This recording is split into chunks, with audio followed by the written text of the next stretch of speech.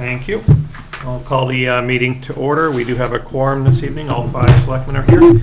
Can we please rise for the Pledge of Allegiance? I pledge allegiance to the flag of the United States of America and to the republic for which it stands, one nation, under God, indivisible, with liberty and justice for all. Thank you.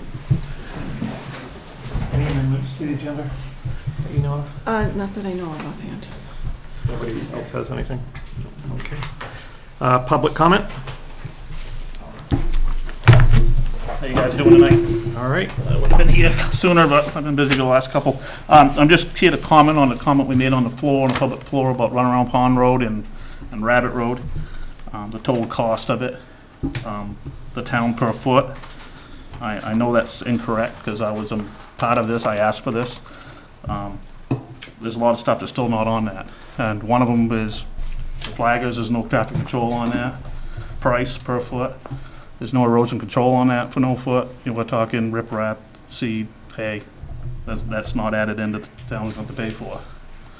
And to say that this is the total cost down here, I see there's 3 weeks of ditching, but it doesn't say how many feet of ditching is left. So to figure out the cost of how much it's going to cost, you need to have a length that we're going to be ditching.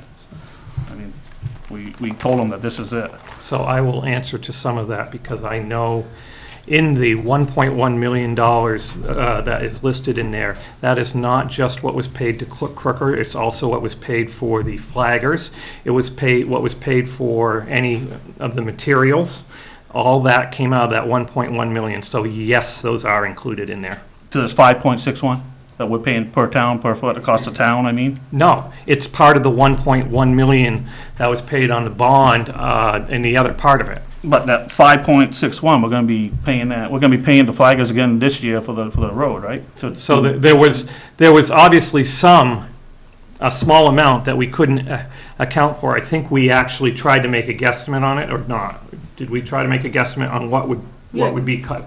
Calvin made a guesstimate as to about 3 weeks. Because obviously we haven't spent it, so we can't know the exact cost. But we made an educated guess on what it was what it would cost. We didn't.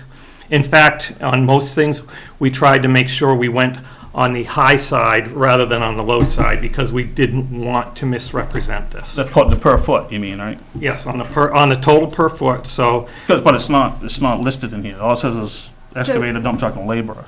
Can I show it to you? So the 1 point here. So this 1.1 million right here, that's the addition to what we're paying, which is that. And this is what we paid last year, and this is what we have to spend this year on the overlay. Yep. The flagging and all the materials that were purchased are in this figure, and will be paid out of this addition, like any flagging this year that's done, will be paid out of that monies.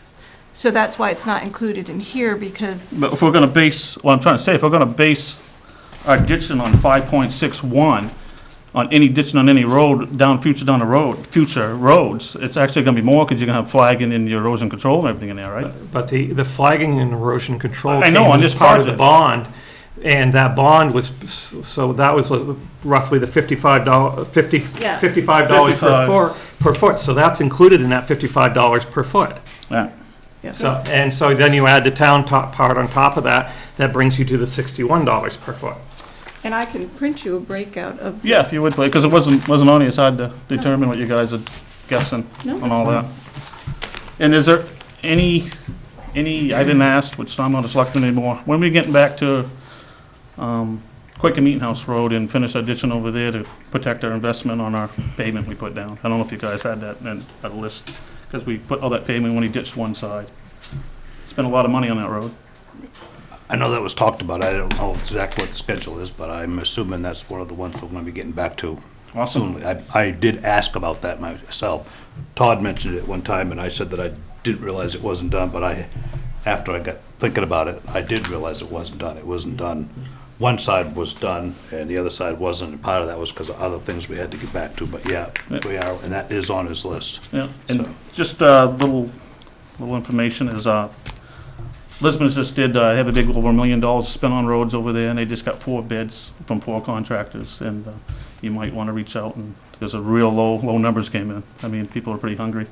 I know we're basing it all off of Brown Road and Crooker, and I never seen any paperwork that said how much that was. All I heard was how much it was. I never saw it on paper. Or I never saw the equivalent, how many more bids came in with that Crooker bid either. So whether it was one or if there was 100, I don't know. But I know Lisbon just had it done, and it came in real good over I there. think anything that we go out for now, we will actually do that, because one of the things we had put a bid out on actually came in less than what they had told us it might be last year. And we only had one bid. Right, but I mean, it was a lot less money than, Yeah.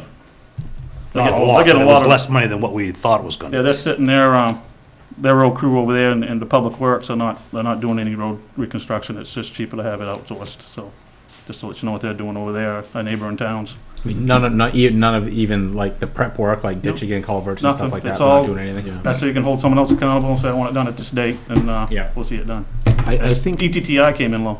Yeah, I think that's what, we had a meeting, it wasn't a selectmen meeting, just a planning meeting. And that's really what was triggering me, because I see some of those numbers in terms of the roads and things like that. And ditching typically, $3 to $10 a foot is the average. So I think where I was being, which I fully didn't understand, was the amount of savings. It's not that what the job costs, it's the amount of savings just for the ditching. I mean, like that, what he's referencing, if I think it's what you're referencing, I think ETTI came in around $3 a foot for ditching.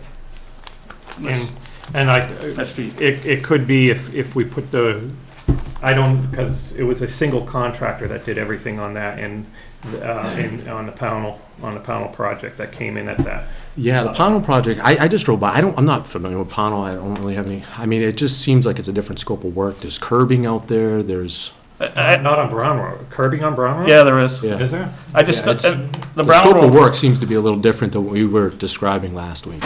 and I don't know if Brown Road was done, if it was a hurry-up job, or if it was only one bid, or if it was after their meeting, they had the extra money. I don't know if it was planned ahead in March, saying, give me a price on it, thank you, or what it was. I don't know. So anyways, if you guys just take that into consideration and do a little thinking, I appreciate it. So want the taxpayers. Will do. Thank you. So what I gave to Mike and I gave to all you guys too, if you hand it around, this is the accounting of what was paid out of the bond last year. And if you guys have any questions to what it means. This is what we've written against the These are the bond. checks that came out of the bond last year, And do we have a balance for Yes. the bond money? 339. That's the remaining balance? Yep. I'm sorry. Is it more than one? I apologize. Jeez. Long day. It's already beginning. And then, hi. Yeah, Yep, that- you're on the agenda, that's actually. what- That's okay. Oh, yes. Yeah, Yeah, I if got- public comment, yes, yeah, because you're not on the agenda, so yeah. I guess I'm here, while I'm here, we might as well talk about a couple different things, all related to the Eagle projects over at the Veterans Park. So Hunter is, he's homesick today, but he's starting to get things cranking again to get that finished up. He's contacted Moore and Brick. He's reached out to Gagney to get some. Moore and last year had said that they would donate the bricks to do the walkway. So we're trying to get that all scheduled and so we can figure out what the schedule of the project would be. Related to that is this issue with the tall poles. We did straighten those out this weekend. Calvin had gone out and looked at it last week, thought that's all we needed to do. I know Ruth and I had both, once Paul had noticed that that one pole had tipped.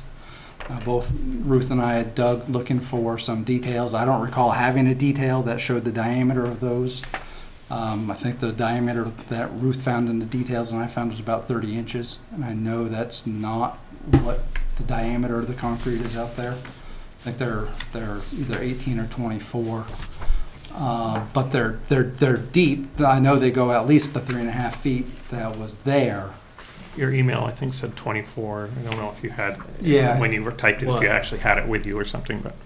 No, I didn't. I thought it was 24, and there were 2 different receipts in his Justin's project notebook. So it's like, but so I guess Calvin thought if we just straightened it out, which we did when we did that this weekend, we just used the shop vac. There's the concrete footing. There's a galvanized steel sleeve inside that. That's like a 6-inch diameter, and then the flagpole sits inside that. You fill it up with sand, and we use the shop vac to painstakingly suck out the sand that was in there. That was basically mud. The flashing never got sealed to the pole, so I think some of the water got in through that way. So I don't know if that contributed to this. The sand was probably 2 inches from the top of that. So I guess got to find out if we're all set with that, or if we need to do anything more on that, because it doesn't make any sense to put down bricks if we're going to have to do anything different. I guess we need to find out if everybody's okay with where it's at this point, or. And you were mentioning that we should probably go with when we try to put the flag back up, go with the 5x8 instead of the 6x10. The pole manufacturer, actually, for that pole, what I think is that pole, because I don't have the actual invoice for the poles themselves, but what I think it is, appeared to recommend a 5x8 for the American flag. And you put more dirt back down inside around that sleeve? We sucked out everything. We put all new sand in. Probably, So- I'm gonna guess that part of what you just said is probably part of the correctors, that if water got down in there, it softened that up, and then it leaned. The soupiness made it lean a little bit, so Yep. maybe when you tamped it in there, maybe that would help. So we did pack that in, then we sealed around. We went through all 8 poles actually and sealed them all. We did check the other 6 poles, which none of those didn't seem to have any water in them. Those are the smaller poles. That the big pole, it's got a welded plate to the bottom of that sleeve. The other ones are just like a 4-inch PVC open-ended thing, so there's water can get out the bottom of those ones. So. You want to say something? I took a glance at there was 2 different sets of directions. You gave me one, but then there's another set you gave me the second time. So the second one shows some stuff different, so I don't know if it was 2 different. There were 2 different things that I sent you, yeah. Well, the one I looked at today, it showed, I just looked at it quickly, but I thought it showed putting some type of waterproof grout at the surface, 2 inches, or to keep water from getting in there. Or it showed an option of using shims. So if you didn't do either, my concern is the water's gonna get back in there and soften that sand up again, and it's just gonna tip. It's tipping within that 5-inch sleeve. Oh, I see. Wet, and then the poles.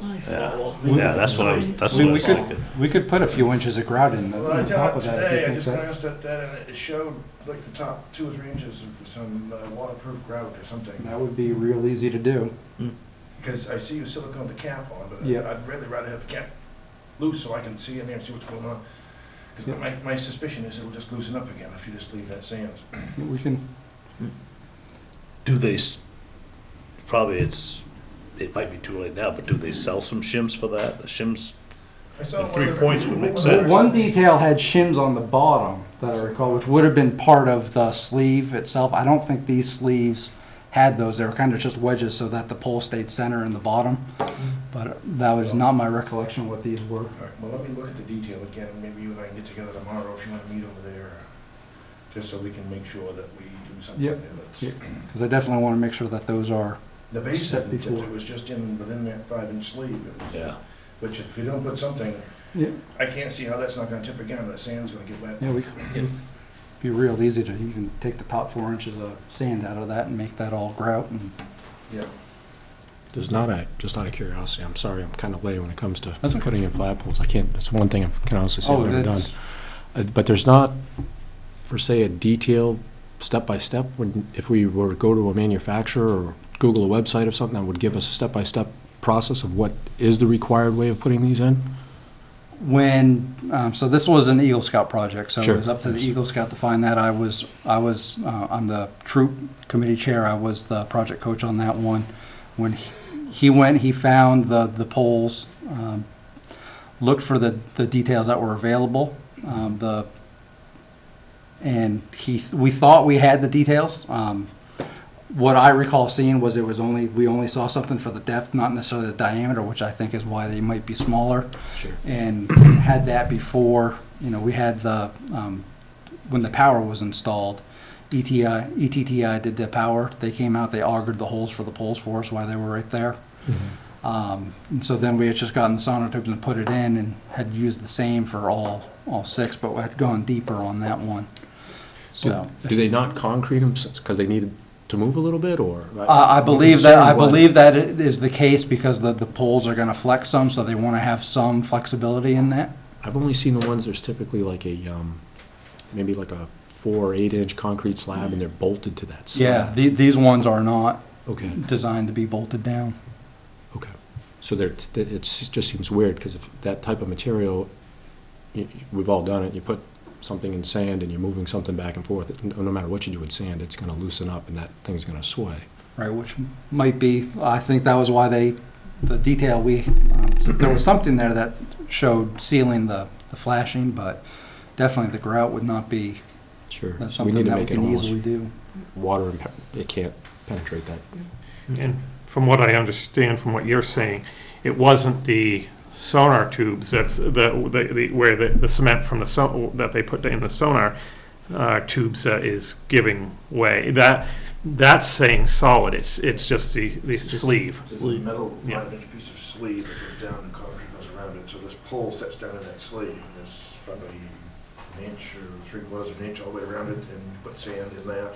So that sand gets wet, And it's possible we overtaxed the pole too, because we had a 6 by 10 on it. If the recommendation was a 5 by 8.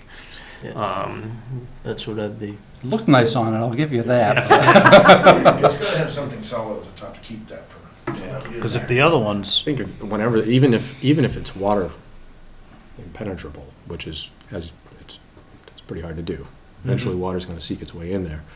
As long as that thing has a sway, there's got to be some type of bushing or some type of apparatus that goes in there to keep that, or some type of shim. I would had think a long I would conversation shim with it the guy in. that sold it to us. I'd shim it And that's make where I sure got that the thing's sheets So we from. have the gentleman Three all the way points. around. Yeah, I know who sold it to us. Oh, I had okay, a so long let's, conversation why, with him. why can't he give us the proper way to install Well, this? he did, that's where I Oh, got the okay. sheets from. We'll just go back to And that detail. what he talked about was putting shims, so you put some of the sand in, and then you take the wooden shim and you tamp it down, and then put more sand in, and then put the wooden shim and then tamp it down. That's what his suggestion was. I think the But that's problem where we is, got the and you sheet hit from. on it, I think, is the other ones, there's nothing on the bottom to stop the water, so it goes right straight through. But on this one, there is a bottom, so the water's not going through, so it's not dissipating out, and that's causing the soupy part of it when Sure, it yeah. wiggles. That makes The sense. sand is probably all still there, but it's all moved on this side instead of that side now. Yeah, exactly what happened, probably. If I could make another comment, the material that you dug out of there to put up on the lawn, Yep. if you don't remove that, that's going to be higher than your walkway, and the water's going to sit on the walkway, and you need to remove that material so that your walkway is the highest point and the water sheds away. Yep, That and we looks- haven't put the walkway in, so we haven't done any of that cleanup. So I would just probably get rid of Yeah, that material, 'cause- rather than rake it out and seed it, I would probably try to get rid of it. Well, no, so I think the material he's talking about is when we dug out the walkway, we dug out, I think, 8 to 10 inches. That whole park area was really holy. I mean, you twist an ankle walking through there. We've placed it off to the side, and I believe that's all lower than the top of the flagpole bases, which is, Yeah, and we were gonna we'll finish grade that when we're done. I think some of it's going to come off, but I just, unless you can get it to run towards I'm the sure ground. there's another hole to fill in over there with it, so. I'm It's not a gonna- big one out back. Where the hotel used Yeah. to be. All right, so So, you'll work with Calvin on finishing up with that then. yeah, I just wanna make sure whatever we do, we get that done Yeah, very quickly, because I know Hunter wants to start getting that. I think we need to get those caps back off and move something in that top few inches. I think we'll follow that, we'll go back to that detail and see what it says. Okay. So then, assuming we get that all straightened out, we're good to go on that. So then the question becomes on Hunter's. I figured I'd give you an update where we're at on that and kind of discuss a couple things. So he has contacted Moore and Brick to see when he can get the bricks. Has not heard back from them. He does have a few assuming that the Moore and Brick follows through this year on the donating the bricks they talked about last year. Hunter did initially plan to do that last year, and quite honestly, it's his Eagle Scout project, so I can't do it for him. And he got bogged down when it came time to doing the paperwork part. You know, putting together some of these plans. A 14-year-old kid doesn't do some of that stuff very well, and as much as I tried to get him to do it, I'm dad. I can't get him to do that much on some of that. So the goal is definitely get that done this summer. We're hoping to get out there and start doing some finish grading of the gravel this weekend possibly, and depending on when we can get the bricks delivered on whether we can get that done for Memorial Day, which would be really nice. But our plan was to buy some engraved bricks for the walkway, one for each branch of the military, kind of dress that up. And then also the goal was to do one with an Eagle Scout symbol, and then put both Justin's name in the year he got his Eagle, and then Hunter's name in the year he gets his Eagle when he gets it, and put those down in there. It'll be between $275, $300 for that. There's the edging for the bricks to keep those contained. We're looking, that's probably around $200, $250 to get that. Hunter got Home Depot up in, Lowe's up in Auburn, I think, donated some polymeric sand. Hunter still needs to get a couple more tubs of those. So that's probably like another $50 that he's got. And the big thing that was kind of more of a surprise to us last year was the amount of dirt we pulled out of the hole, and then how far that actually spread out, and will spread out more. So Hunter hadn't, when he was coming up with his budget, hadn't really considered, loam and seed for that big of an area. Actually, he hadn't really considered it at all. So he had asked the town for some additional funding for this year, which he got approved for $300. And I think looking back, so I had Ruth pull what he had left, and she had come up with had $221 left from last year. He's got $300, and he does have someone had offered to donate $250 for that to finish off. So he's got about $750 left to work with, which I think is enough. I fully expect it will be enough. It seems like there's always a wrinkle that pops up here or there. So my one concern, and the thing that we didn't realize, so last year he had raised $925 in donations for this. The town had designated $300, had it allocated. He had spent $700 last year. So he had some of the donations left. So apparently the town funding that was authorized disappeared because he didn't spend all the donations first, and that just doesn't seem right. Where it was allocated for that project, it seems like that should have got spent before the donations, so that those donations were there for additional work. And hopefully it comes out in the wash, but if there's something else that kind of pops up or something like that, I want to make sure that he doesn't get shortchanged on that a little bit, because there was additional funding there at one point that's no longer there. Right, and I think the way it was accounted for and the way it was done is from everything I can tell, is standard practice. And unfortunately, the budget's expired. It's rolled back, and we can't get that $300 back from last year, just the way the budgets work. We have monies budgeted for the $300 for the project, and we also budgeted other monies to hopefully fix the gazebo this year. I'm not sure, I have no idea what that's going to come in at. If there's money left over after that and Hunter needs it, we might be able to do something like that, but I'm not sure. I can't say right now whether that's going to happen. But the point you bring up is a valid point too. Which way do you spend first? Do you spend the allocated money from the town, or do you spend the raised?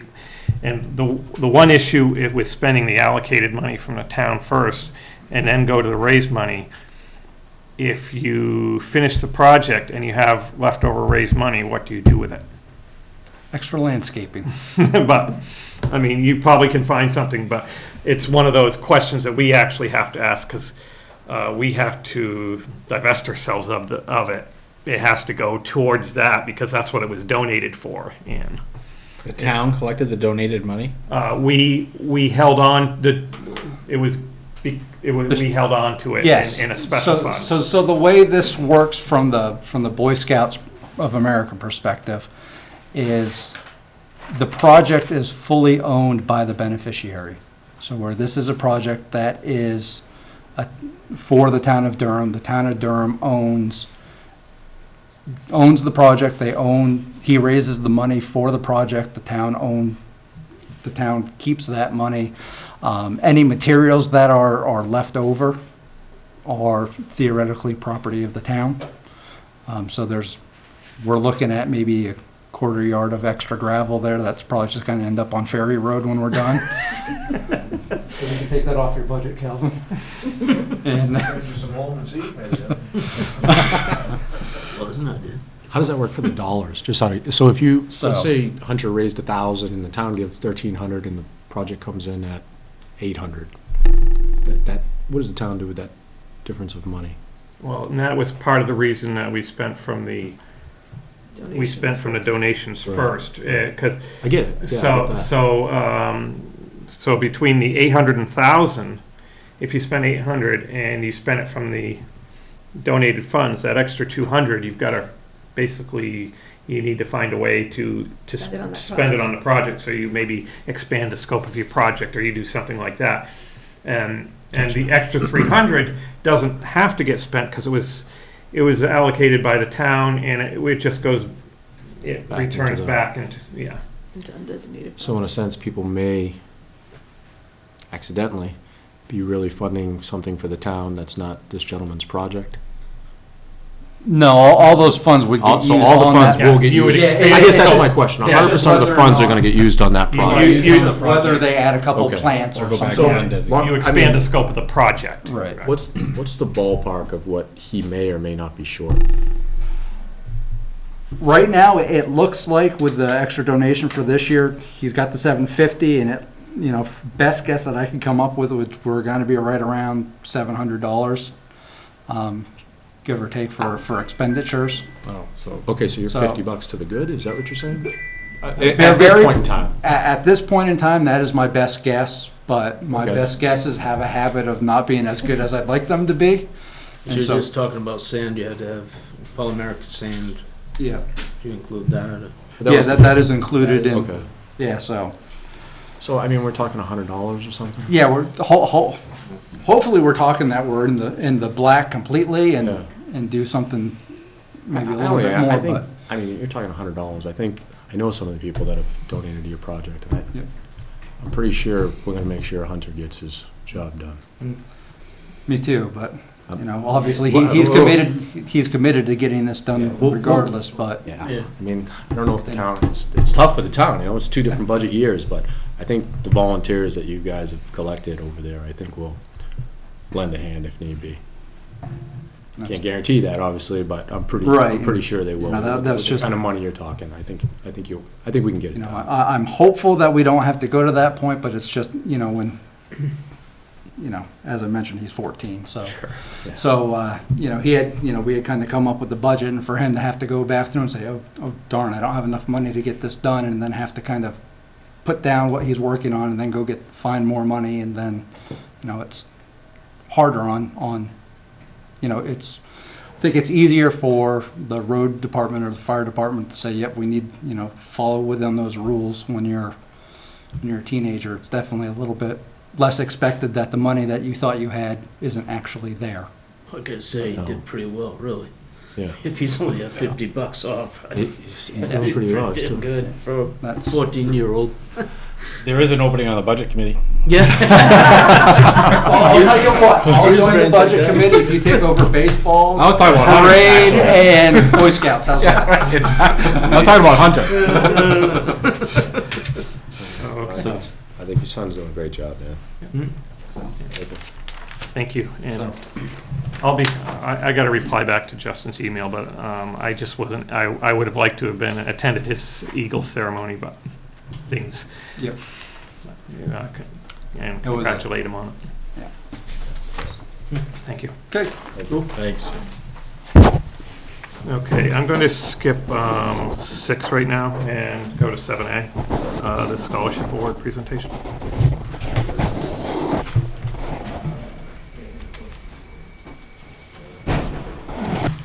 Excuse me. Had a bit of a cold.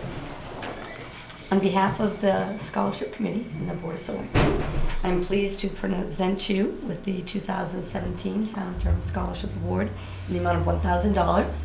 Congratulations. Thank and you. Best wishes for a great career at college. Thank you.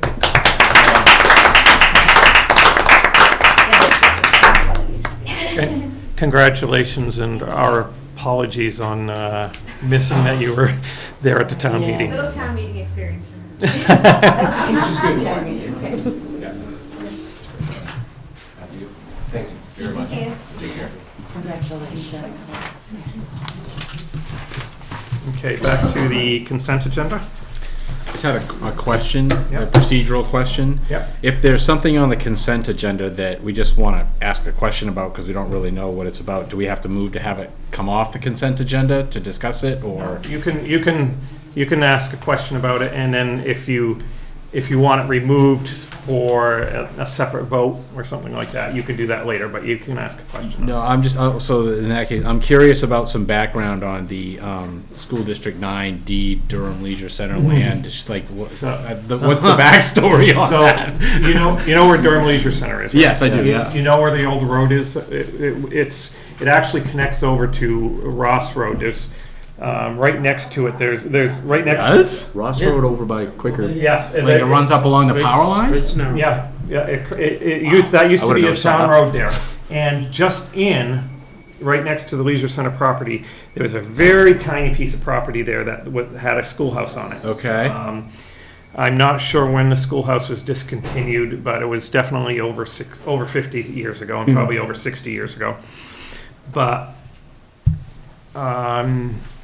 they would like that piece of property because it's hindering them on some of their plans because of setback rules.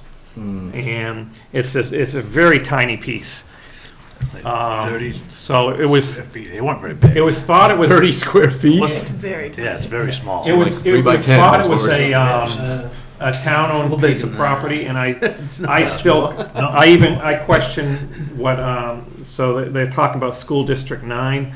So the town had up to 13 districts at one point, and each district paid for their own schoolhouse and their own teacher. So you got taxed differently depending on what district you were in. Within the town? In the town. Wow. Because What that's school? when people had to walk to school and things like that. Right, so. right. So that was District 9. And so Okay, it was, all right. in the deed, it's Durham School District 9, basically. And the question is, who really, because that's what the deed says, who really owns it? And I'd like to know what the rules were about school districts and so on, because I believe that it was still part of the town at that point, but. But we need that before we can actually give them clear title to it or anything like that. That has to be figured out. Right, And okay. That's what the attorney was All right, talking about. thank you. Well, he kind of recommended to just, Yeah, but then that doesn't necessarily help them, because if he can't prove clear title to it, the setbacks, he may still have to abide by the setbacks around that. Because it's not clearly his. I wouldn't care. I, I But- wouldn't care. I mean, if he's got a deed, I don't if care. he, it's if he's got a quick claim deed, That'd be his problem. I- I don't know. The other issue I is- read what the attorney says. I mean, it seems. Yeah. all- So we can. just follow what he says. And just Was that a quick claim that he was suggesting then? He did suggest a quick claim. Yeah. He suggested that we take a look through our old records to see if Right. somewhere it was, something was done with the property.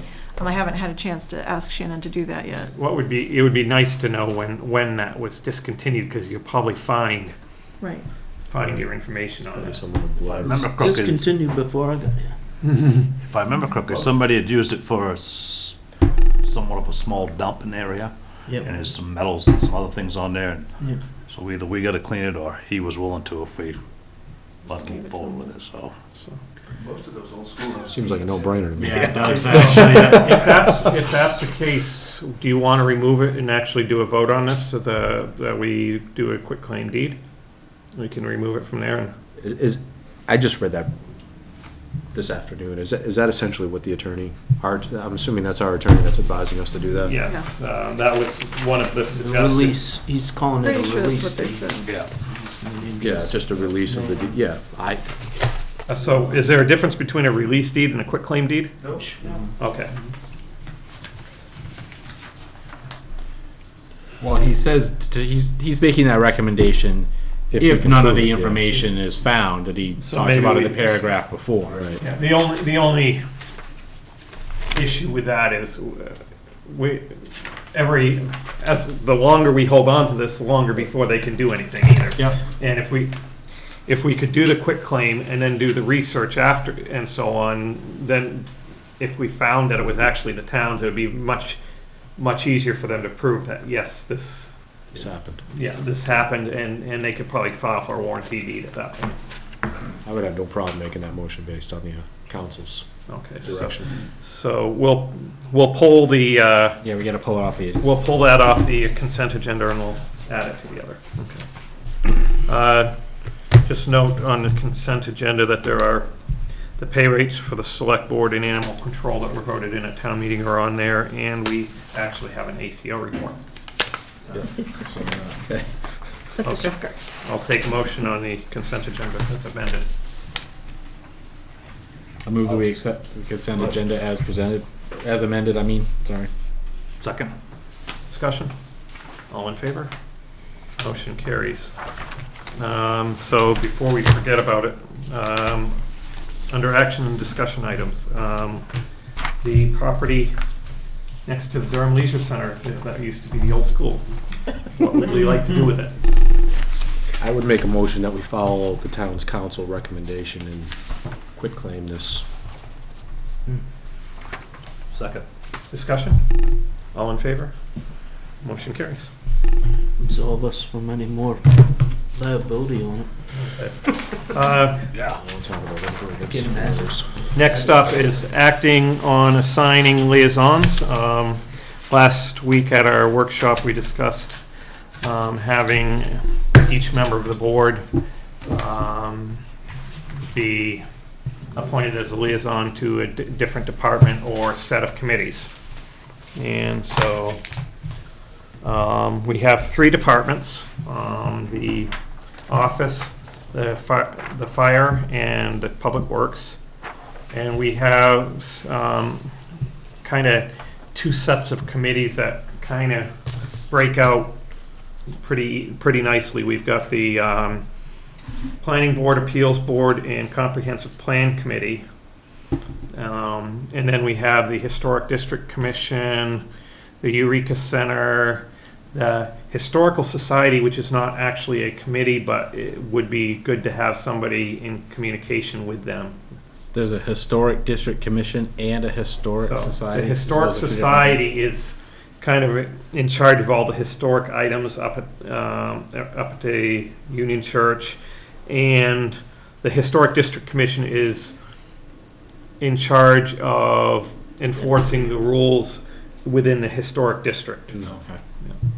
And so actually, the Historic District Commission could fall under either set of committees, but I was putting it in the other one because the other one did not have as much with them. So any other committees maybe. So the one that picks up Historic District, Historical Society, and Eureka would any other smaller committees and so on, they'd be the liaison with that. What about the Memorial Day Parade? That would probably come under that one too, yeah. I think, you mentioned last And the week. cemetery. Sorry. You mentioned last week that since I'm already so involved with the comp plan committee, that it would make sense for me to kind of take that one with the planning and appeals and whatever that comes with that group. That would seem to make sense. Anybody else have a desire for any one of them? So, wait a minute, so you're gonna take the historic, No. No, no, he is taking the comprehensive plan appeals board and planning board because he is on the comprehensive plan committee. at least you said that so quick. Well, he mentioned it last week. I thought he was joking, but he wasn't joking. Well, I thought you actually mentioned it first, and then I said, yeah, that's a. Did I? Oh, I mentioned. Oh, I said I'd take comp plan committee because I was already I on threw it. the other I didn't two realize there were going to be multiple assignments. Yeah. Which makes sense to have kind of a common thread with those groups the way you laid them out. But. So, I'm not hearing a whole lot, so I'm gonna start asking, Signing? Not assigning, but the office, anybody wanna take the office? Uh-oh. Mark would take I already He already started said to it. care about, so, Okay, so you'll, and I'm still learning, so I suppose it quit gonna hurt me to learn more. I don't know, I'm just like a doctor, I'm a practicing selectman. Practice. We're all practicing at life, right? okay, fire department, anybody have a desire for the fire department? Jeez, chief. I'm actually willing to do the fire department, Okay. and so Public Works, I'll work with Public Works. okay, and then, so the smaller committees, so there's Historical Society, Historic District, Eureka, Cemetery, and what was the other one, Memorial Day. Yep, Right. Memorial Day Parade. I must have contacts with them. Okay. If not, you can just, I can get you contacts for anybody you want. Okay, thank you. I don't know that we really need a vote on this, but okay. I don't think so. Is the appeals board just meets as needed, right? It's Yes. kind of a Yeah. And usually you know ahead of time, because a lot of it's. Or Letters. up until last year, they hadn't met for like 5 years. Or something like Yeah. And last year they had 2 or 3, and they've had a couple this year. I think as activity picks up naturally, Yeah. we're gonna get more activity there probably. So. Sorry, Chief, you're stuck with me. I'll work around it. Caught the word, Okay. Salary survey on healthcare coverage. Okay, I gotta turn on the, So I think you're gonna get blinded, Kel. yeah.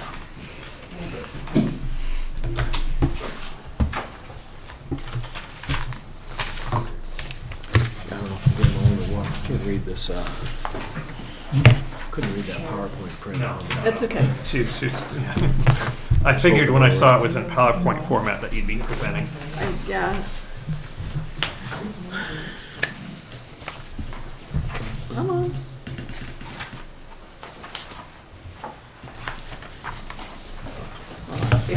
You want me to move on to the next one while you're working on that, while you're working on presenting? It's just the committee. Sure. Yeah.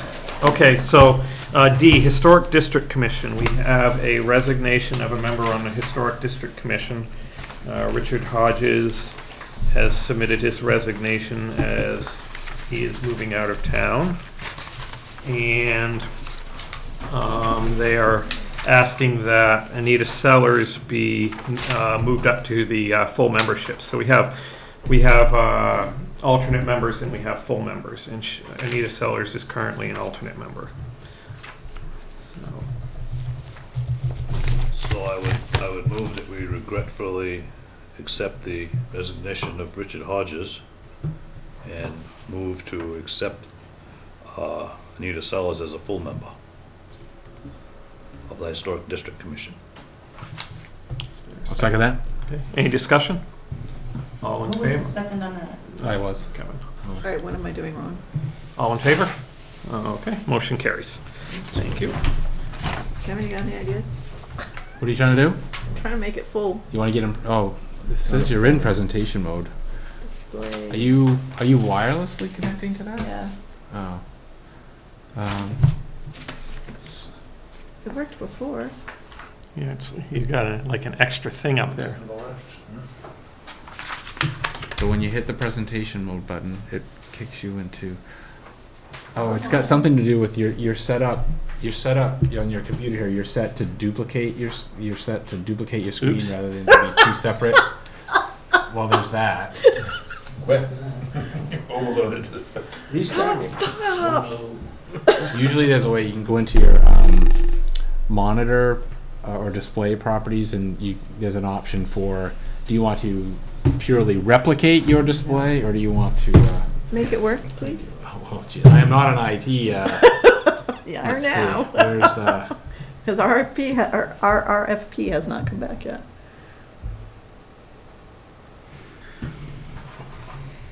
If not, we can just do it the other way. Who's that girl that got the scholarship? What's her name? Yeah. What's the girl's name for the scholarship? I don't remember. Did you leave your windows open? Wasn't on here? It's not on there, it was you on. got it set to extend the display. Oh, yeah. Maybe it'll do it now. If not, we'll just do, ooh, my gosh. Recognizing, I just don't remember. Have to ask Ruth. It's awful. We'll just do it the other way and Okay. it's fine. That means you got too much on You your guys will mind. have to deal with my, That's what I've been Yeah. told. That's what I'm going with. Yeah. Oh, they just got display settings in there too.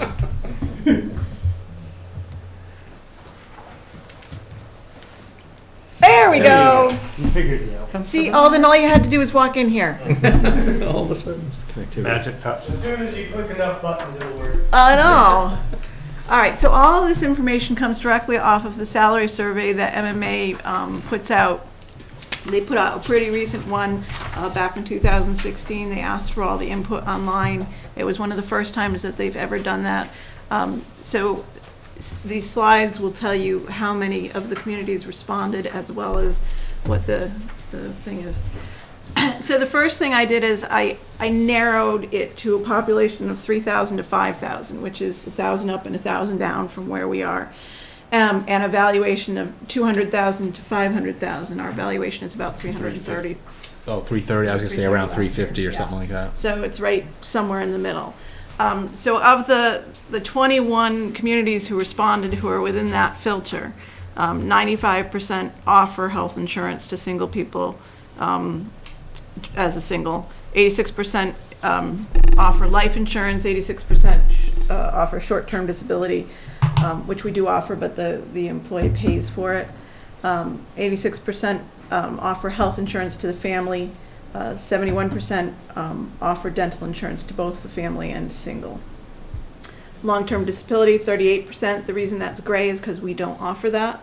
And then none is 5%, and that's gray because that's not us either.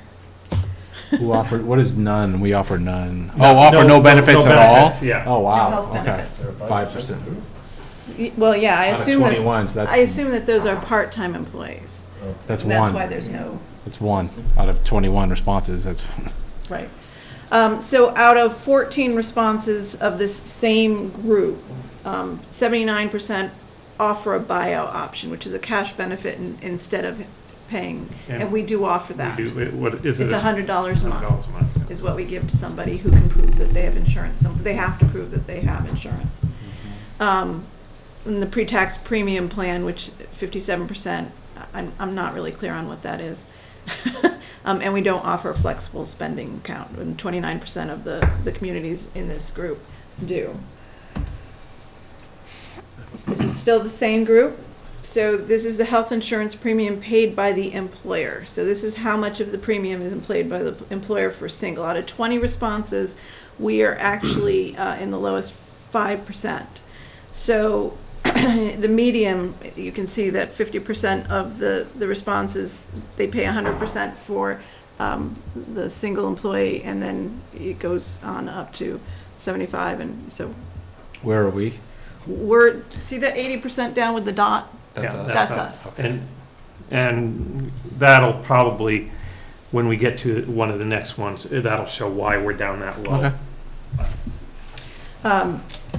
So I looked at other things too. So this is the same response, the health insurance premium paid by the employer, but it's only for Androscoggin County. It doesn't filter out the number of people, and it doesn't filter out the valuation. So just for Androscoggin County, we're down in the 9th percentile, so you can see where the 80%. The median seems to be at 89%. So these are what other municipalities are paying. This doesn't take into account what plans that they're paying for. That's something that we'll do later. This is Cumberland County, another county that borders on us. And so here again, the median is 90%, and you'll see that we are 0. We're in the 0 percentile here. So then there's Sagadahoc, which is another one. Their median is also 90%. So basically, what this says to me, and I don't know if you guys interpret this the same way, is that in our group of business, which is municipality, we're actually a little below what the employer pays as far as Single. As single. far as single. Right. Correct. So that's just the single. So then we go on to the family, and this is a little bit of a different view. So this, we're back to the population parameter and the valuation parameter, and here we are up in the 75th percentile. It looks like the median for those parameters out of 19 responses is the 50th percentile, with up to 25% of the communities that responded and a little beyond not paying anything for family. So this is why I said it would make more sense, because we're in the low percentile for just an individual, but if you take into the family and kind of cross them in, it actually looks like we'd end up being pretty Or comparable. Yes. So here's Androscoggin for the family, and in Androscoggin County, we're in the median. Yeah. So then there's 25th percentile is 38%, and the 75th percentile, they pay 75% of the family premium. That's Cumberland County. Here again, we're in the median. 70% is the 25th percentile, and the 75th percentile is up to 85%.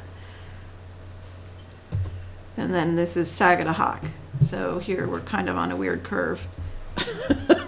But the median here is 85%, so we're a touch below the median here. But there were only 5 responses from Sagadahoc County. And I know there's What was more. the first family slide you showed that we were up in that 75th percentile? What was your sample there? Smaller towns. The 3,000 to 5,000 towns. This one? Yeah, aren't they all 3,000 to 5,000? No, No. the next ones she's doing by county, every Oh. So town. this is the Every parameter. town in the county, This not is- just the 3 to 5. Right, Okay. right. Okay. So thank this you. is the 3,000 to 5,000 within the whole state, the whole state. the okay. whole state of Maine. I got you. With the others are evaluation. total county, all the towns in the county, or Right. cities or whatever. Right, Okay. and then the surrounding counties. So that way you can compare both size and area. Yep. Yeah, you live in, yeah. So this is the dental insurance. It seems that this is for the 3,000 to 5,000 and the valuations that are similar within Maine. We're a little bit above the median. It looks like there's a large number of Smaller municipalities towns. Yeah, smaller municipalities that don't offer that it. don't offer dental insurance. Yeah, I'm surprised you did. We offer it, we pay 80% of it. It's not a ton of money, to be honest. I think it's maybe $50 a month or something to that effect for a single. This is the same thing with family. I didn't go through all the different counties with this because it's pretty clear where we sit in most of these. So this is a family premium paid by the employer for dental, and we are above the 75th percentile for that. And that is the end. So, I mean, really, which is what we discovered probably 3 or 4 years ago when we looked at it. When you take into consideration our full package, we're pretty close to in the middle. And I mean, we could make changes to make it look like everybody else, but we're pretty close to in the middle. And I know the one thing that has been mentioned to us many times is what about covering more for single and less for family? And I believe before April, the board before April was looking at, if we're going to do any changes, it would be for new hires. We'd keep things the same for people who are already on and getting benefits, because it kind of felt wrong to change that. I know private businesses do that all the time. I mean, they've been chipping away at mine. They've been chipping away at mine for many years. But as an employer and trying to be as fair to the employee as possible, we didn't really want to touch the percentages of employees that we already have on. And we talked about trying to be somewhere in the middle and still be competitive when with our package and our pay when we're searching for employees, because unfortunately we only have household tax base for paying for everything. We don't have what some of the other communities have, and because of that particular issue, we tend to be more of a training grounds type of town, and so to speak. Sure. And that's what we're trying to get away from that if we can without going overboard. My only, maybe I just misunderstood. So were we thinking about when we had a new employee, basically giving them, if they were single, giving them something different than our current employees have? Right. So versus single? as basically, we'd be changing. Just the new hires. We'd be changing what we gave it for new hires. So eventually, through attrition, you'd be at a new percentage, and it's. I'm just curious as to, and I don't know the town's plan, but how would that work in terms of, are you buying a different plan for your new hires? No. Or are you just contributing from a different contribution rate? Different contribution rate? Percentage. So we actually, there's actually several things we can do. We can. So we can do that. You looked at that, legally. So we go through what the MMA offers the insurance. Okay. And that way we get a group rate, because most municipalities are in this, and they offer many different plans, and we can select up to 3 to offer to our employees. Currently, we only offer 1, and after that, they don't care what percentage as long as they get their money, they don't care what percentage we contribute. It's just a matter of how much we take out of the employee's paycheck and how much we pay. So what about, how, and you mentioned this, Ruth, that what we just saw doesn't really account for variability in the plans. And that's going to be the next step. She's going to be compiling that. So we don't offer the best plan. We're like the third plan down, I think. So we're POSC. 200. Yeah. POS 200, yeah. Which means it's a $200 deductible. And annual? Yeah. Yes, It's and pretty good it's plan. 80. It is. How do we get on that? It's 80-20. I think so. Yeah. Yeah, some like 80-20 co-insurance, which is so they wouldn't be considered high deductible plans. So this is not a high deductible plan. We actually looked at that a couple of years ago, going to a high deductible plan and then putting some money aside to help in an HSA or something. Something similar. There's a similar, An but HMA. it's governed at the town level, not at the employee level.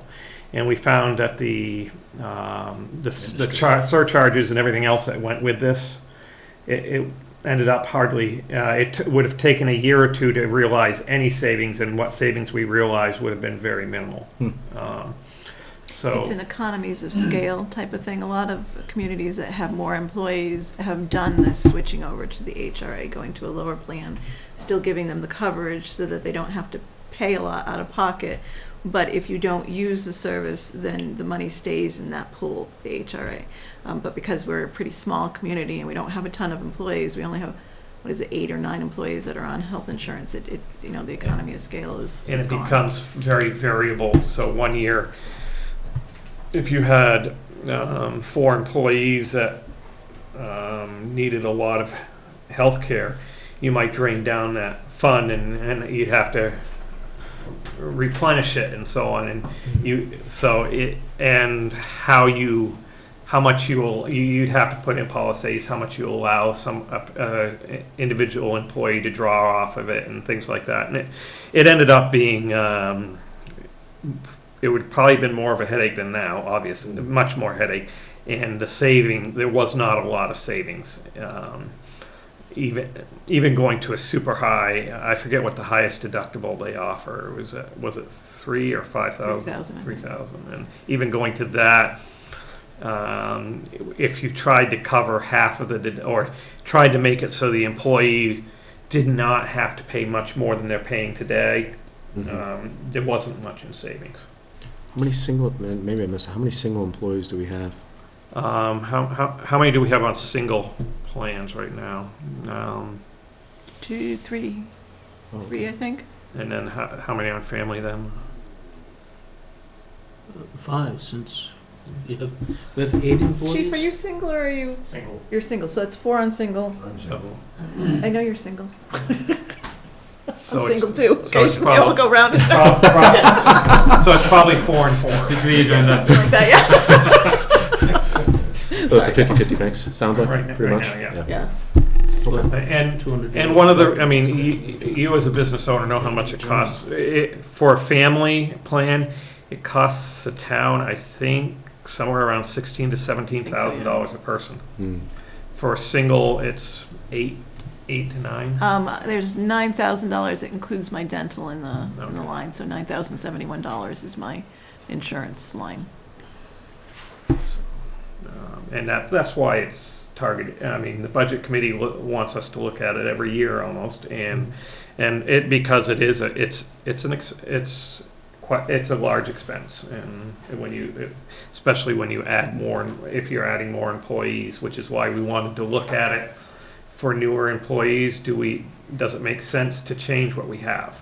And it might, but I think we also have to be cognizant of the fact that, you know, it's 3% unemployment out there right now. So you have to be competitive. Exactly. Right, if we're And gonna that's- get good people. So. And that's why we wanted to do these surveys, you know. Where are we? And it doesn't seem like we're the golden package. It also doesn't seem like we're at the low end either. I would agree. And I didn't see anything in there that, you know, made me go, holy crap, you know. I mean, if you looked at just a single and you didn't look at the other, it would look like, wow, we're really. But This is the third one I think we've done since I've been here, so they've all kind of been We ever pretty asked close, just like employees? And that. it's a good thing to do every 2 or 3 years and just make sure, you know, we should do that with all. We should do that with salaries, with, you know. we haven't recently. I mean, commissioners, fire chiefs, I we should think- do it all. I think 3, 4, or 5 years ago, we did do, when we were looking at all the different plans, I think we did ask some. I don't think it was a formal process. Sure. But, I mean, it is something that we could do is, you know, ask the employees, you know, if we were to change anything about our benefits package, what would you like to see? And, Sure. And understanding that if you go more on something, we probably have to go less on That's on something else. something else, right? That's fair. But that's typically how the business would do it. I mean, there's usually multiple offers in a. Usually in November. I mean, we have not gone to the point of doing multiple offers, multiple Going plans. outside, Emmett. Uh, Okay. like offering like the POS 200, POS 1000, POS 2000. Maybe somebody here doesn't use health insurance that much. They're very healthy, No, right. and they could save themselves some money on their insurance premiums by going with the 2000. We haven't looked at that yet as far as offering the different ones and At different percentage, perhaps. and possibly at different percentages too. That's all I was trying to translate in the business world, or any, you know, bigger business or smaller business for that matter. There's usually options for the employees. I just wanted to see if the employees had an option, or if they ever get a chance to voice concerns or what they prefer. They're ultimately the ones, whether it affects their pay or we pay more, the employee should have some type of input, I would think, in that decision. So what direction does the board want me to go in now? I definitely would like to see the comparison of plans. And I don't know if you can have that by next week, because I think it would be nice to show this presentation to the Budget Committee, Yes. to show, and then add in the plans. Well, we had done it for the 2016 budget year, so, Well, does the survey show what plans are being offered? no, we had actually, we had called people Okay. in the 2016, so I'll have Pam update that list, Okay. and we'll do that. And then, I mean, the other option is looking at a different provider, but I would We be, looked at that 3 or 4 years ago, and that didn't, and to me, it's a waste of time, because it wasn't even close, because we're so small and we're so small. If we go with some other type of provider, there's no economy of scale like there is with the MMA. Yeah, you're getting the power of numbers with the MMA. Exactly. Yeah, I get And it. when we looked at it, I mean, it was factors of multiples, so, 2, 3 times as much to go with With anything believe else. it. bigger I wouldn't have to see bigger that. That sounds pretty common. deductibles. Okay. Anything else anybody wants to discuss on the salary survey right now? Okay, Chief?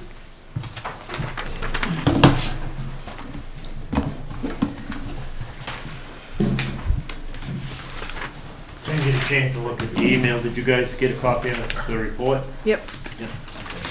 Thank you.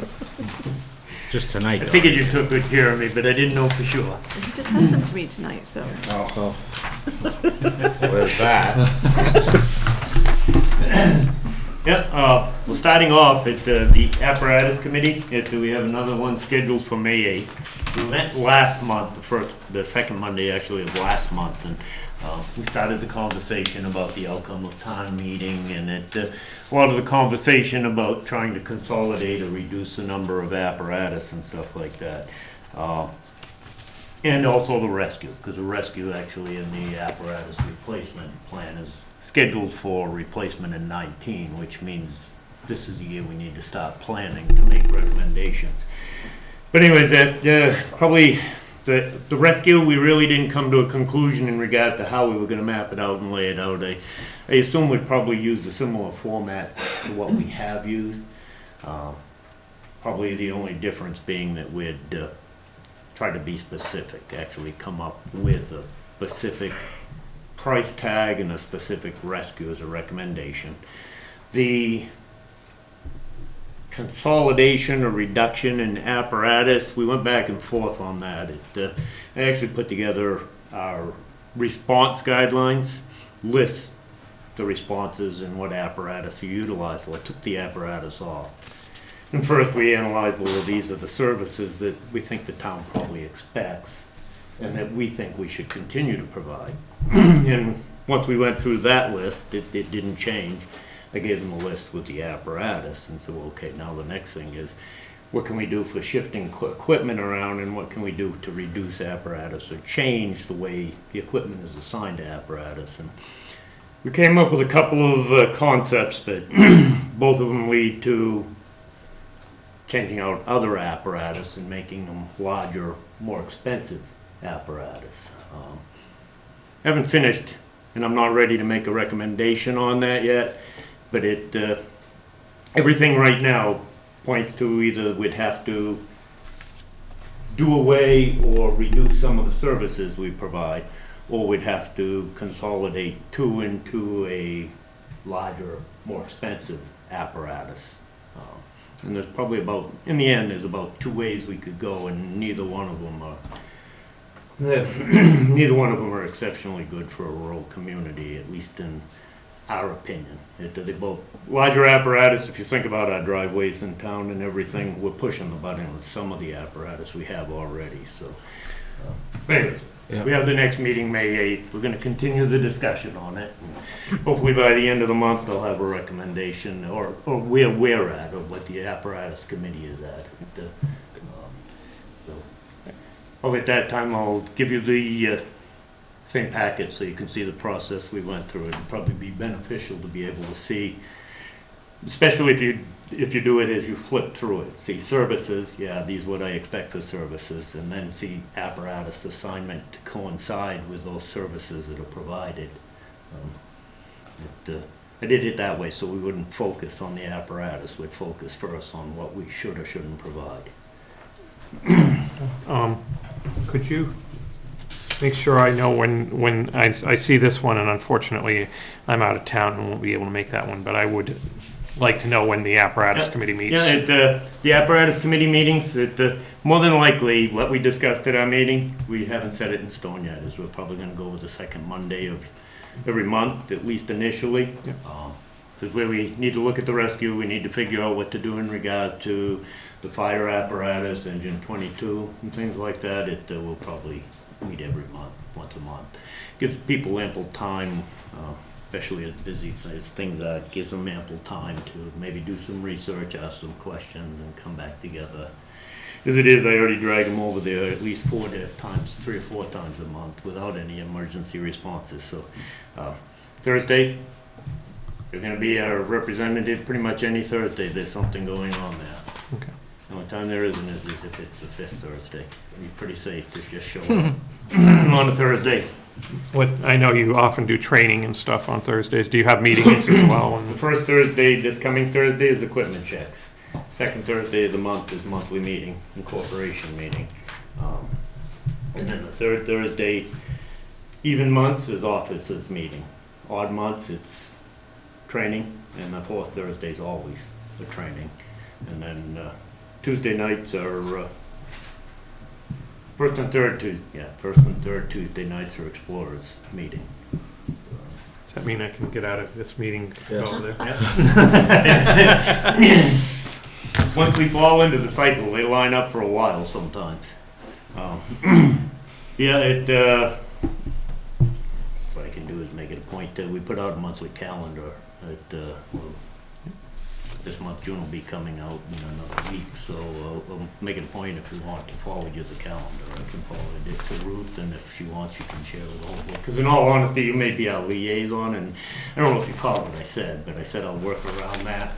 I didn't say I'd work with it. Yes, I said I'd work around I it. caught that. No, but in all honesty, our meetings are not closed door. Part of the reason I list them on here is because, as far as I'm concerned, actually the guys tend to like it. And I say guys, not because they're all guys, but the guys tend to like when they have one of the selectmen periodically show up there because it gives them a chance to bend area. And then I'll be honest, it demonstrates that somebody outside the department actually cares. Because more often than not, they kind of wonder if anybody really cares what they do or don't do in the first place. So, yeah. Okay. Yeah. So any of you are more than I welcome. didn't bend my ear, they just looked at me funny. Well, it does usually shock them. Going back in time, Wesley used to come by. He'd come by once every 3 months just to hang out and chit-chat with the guys. Equipment checks, if you want to just hang out and chit-chat, it's a great one because you can walk around. The guys are doing the truck checks and you can just talk to them, see what's up, what's going on, why they're upset with me, things like that. So Actually, we might hear more why they're upset with us over here, but I tell them some days. Moving on, the job description was the other piece I attached. I tried to put it in a town format and what I actually did was I took a part-time job description and cut pieces out of it and put them into this, expanded this a little to fit with what the format for the mechanic was. Kind of a tight schedule for getting it done, but I put it out to the deputies. I got no feedback from the deputies. I don't know if Ruth had much of a chance to look at it because it really didn't go out until this morning for them to review and look at. But it's been based on a couple of meetings with the deputies and the assistant. So if the board finds it acceptable, what I'd actually like to do is utilize it to advertise in-house, but also advertise externally in locations where firefighters, different fire departments and some of the fire department websites and stuff. As just a question as on the per diem, I assume we're still beholden to overtime laws, so if the same person works 4 times a week, 4 times in a week, and gets, rough 48 hours, we would have to pay overtime on that? Not necessarily firefighter schedules and stuff. I think if they did 4 per diem shifts, then we might have. It'd be iffy. Firefighters' work weeks are not 40. Fire and law enforcement, actually even career firefighters, their job is based on 42 hours. The average is based on 42. State law actually covers it, and it's... Yeah. Just Four want... shifts, you might pay a couple, maybe 4 hours of overtime, 4 to 6 hours of overtime, but that would be it. But the odds of somebody working volunteering Right. for 4 shifts is... I just want to make sure we were aware of it and looking at it when doing scheduling, and if something ever happened, that we make sure we pay it correctly. Yeah, and the other side of firefighters' work schedules is firefighter work schedules for overtime purposes, a 28-day schedule, not 7-day schedules. So even if you lump them up in a week, Yeah. I don't think, everything would have to, and there'd have to be a major oversight to be an issue with overtime. Yeah. And going back in time, like when we had the ice storm and I staffed at the station, I actually checked with our attorney, because I had many people that had 100+ hours in the course of 8 days, and but we didn't have to pay overtime. The other question would be, if you go get in-house, if they do other responses, does that, other responses during the week, does that add to that too? I just want to make sure we pay correctly. We could double check that, but Yeah. no, my experience from other departments is the answer to that is no. It's separate job descriptions, so where it's separate job descriptions, you're allowed to have separate pay rates, and you're also allowed different work schedules. But it wouldn't be a bad idea to check it and make sure. Right, I just want to make sure, we handle it correctly, because I don't really want to have to deal with the Department of Labor, Bureau of Labor or whatever. It's a good time.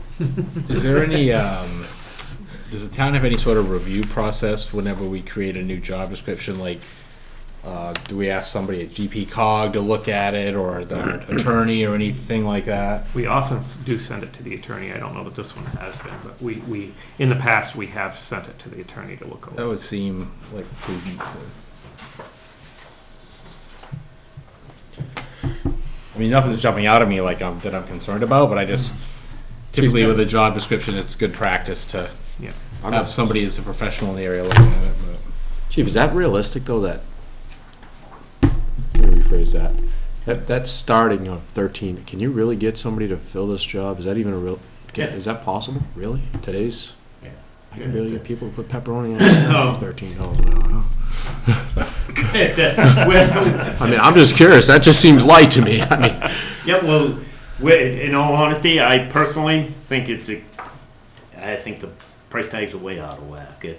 But I've done research, and if I went to work career and I was a firefighter 2 intermediate, and I'm not going to name names of the department, but my pay rate is $16.30 an hour. So if we start somebody at a basic license, we may not be super competitive at the low end, but on the high end, we're right in the ballpark with the I just looked at it as a per area. diem number, you know, if you're getting $16 an hour and you're getting a $20,000, you know, Yep.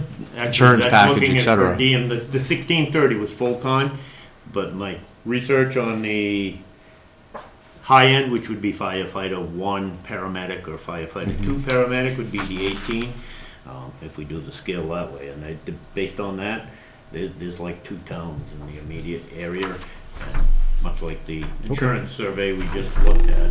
no, I hear you. We need to, it's a waste of time for me to look at a town in Aroostook County, because they're not gonna drive down for that. But actually, the thing of it is I don't think we'll get flooded with people on the firefighter paramedic end. I think actually what we'll have is a lot of people that will apply on the firefighter basic, firefighter intermediate end, that actually want to break into a career position, and they have the flexibility in their schedule so that they can Makes do this. sense, sure. Much like somebody else earlier, that I think Mark, maybe you said about the training grounds. If we present this from the perception that we realize this is probably your training grounds, this is probably some place that you're gonna stop for 2 or 3 years while you finish getting your licenses and certifications. And we embrace that, I think it'll work well for the town. I'm not a big fan of per diem, because per diem, the other part of per diem is, if you offer me $19 an hour today, and I'm supposed to work somewhere else tomorrow for 18, I don't need to demonstrate loyalty. I can take $1 an hour more. Hey, And, Chief, I get it, trust me, I get it. That's why I saw that number, and because it was per diem, that's why I was like, really? So That I'm not a big seems, fan of per diem markets, just for that reason. Well, not just that reason. The other piece of it is holidays and weekends. If I got a family, I want to spend my holidays and my weekends with my family. I Right. don't want to fill per diem shifts. I actually wouldn't be a bit surprised that even though we represented the 7 days, the 5 days a week, not holidays, I don't think that'll be a big issue filling, as long as we have enough of a pool. Weekends and holidays, that might be a bit of a struggle. Could I we, put 10 to 14 for the pool, but 10 to 14 is realistically about all we can really do. Because I'm assuming that I'll probably get 5 to 8 internally that'll be interested in having their names on the list and taking shifts, which at 5 to 8 means we'd have 4 to 9 that we'd have to bring in from outside. And if we bring them in from outside, we need to do background checks, license driving checks. We need to make sure they have all of their medical things squared around. We need to put them through fit testing. We need to put them through the orientation, and we need to provide safety equipment. So we have expenses to bring them in that we don't have with internal people. could we also look at, you know, as you come up on a holiday or something like that, if you have nobody covering, could you then look for volunteers for stipends, where somebody doesn't actually have to stay Yeah, there? well, the next paragraph talks about the stipends, but actually, right now, where we haven't started the per diem, I'm trying to put the weekends into 2 shifts into the stipends and keep them filled that way. A big struggle before was weekends. Weekdays were not good, but weekends were probably equally as bad. People get done the work week, they don't want to. Yeah. They want to hop in the car and take off, go to the beach, or spend time with the family. Yeah, they don't mind Just the like every other evenings. American. Yeah, they don't mind the evening, so I think, but yes, my thoughts are, and the other piece of it is ideally what the system we're putting together is designed for, is people trying to break into a career positions. And we need to look at it from a perspective that some of the people we get may be here just long enough to go from firefighter basic to firefighter intermediate, because once they get firefighter intermediate or paramedic, unless they just can't pass the physical or the psych evaluation, the odds are pretty good. Somebody's going to hire them career sooner or later. So as long as they can pass those 2 things, they're going to go career. So they're either going to be filling a financial need, or they're going to be looking to change careers, and this is a stepping stone in a career move. If we embrace that, I think it'll work well for us. The other piece of it is on the stipends. Ideally, the stipends are designed for young guys that just starting out. They've got their basic license, their firefighter certification, and they need to pick up some extra money somehow. Once you get established in life, most of the people sitting here, if I offered you $35 to hang around the house tonight and wait for your pager to go off, Well, if you're just gonna sit home with family and watch TV, yeah, you might bite on it that. But depends if on the there's a chance percentage you of might time want- it goes off. Yeah. If you're going to pay me $35 to sleep, well, but every night, well. Yeah, but if you think about it, really, somebody that's established, so okay, that means if I have a barbecue, I can't have a beer with it and stuff. I gotta be ready to respond. That means if we decide we wanna run somewhere and grab an ice cream or something out of town, that doesn't happen. The kids wanna go somewhere, or we need to go buy something, that doesn't happen. So most of the people that are established, they're not interested in that 35. They'll keep doing what they've done out of commitment to the community, but they're not, what this system's ideally designed for is young guys that, hey, I need to, or actually retired people too, you know, pick up a few shifts and stuff. The two ends is what the stipends are actually really will fit best with. So we need to find the people to fit those slots, if that makes sense. So, moving on. What would you like me to do? Would you like me to hold until we do a legal review on this? I was wondering if we vote to approve this pending approval from our attorney. So that way, if the attorney says yes, we can go ahead with it. Yeah, I think that makes sense. Okay. So I'll make that. Well, how about if we allow them to make it adjustments? No attorney's gonna look at any document and not make adjustments. That's a really good point. Send you a bill. I've never seen anything going, they don't make recommendations. With the attorney's recommendation. Yeah. So the attorney's recommended change, and I'm good with that. I'll make that motion. I'll move that we accept the job description given here, pending review from the attorney and any attorney recommendations from that. Second. Any discussion? All in favor? Motion carries. Thank you. Are you gonna send that to the attorney? I'll send that to Jack, yep. Okay. I'll do that on a Thursday. Yep. Yeah, and then the stipends. I started the stipends, and I sign-ups improved a little, but not a lot. But like my piece goes on to say, I have some people in the wings, and what I'd really like to find is some young guys in their 20s and stuff, just starting out in life, that really wanna, go get a basic license and pick up a few extra dollars to help with the house payment, the taxes, or whatever. What I've actually even put out to everybody is, hey, this is a good way to help offset.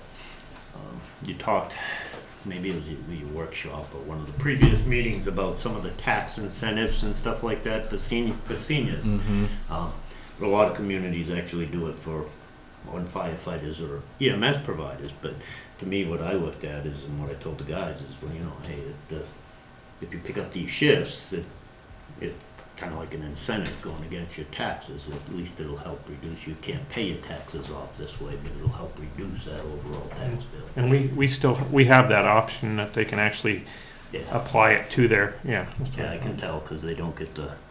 You can tell by looking at the envelope whether it's a tax receipt or if it's a check. So anyways, we started that May 1st. Right now, we had 39 shifts by breaking the weekends into each day into 2 shifts, an evening shift and a day shift. Tend to actually do better filling the evening shifts, believe it or not.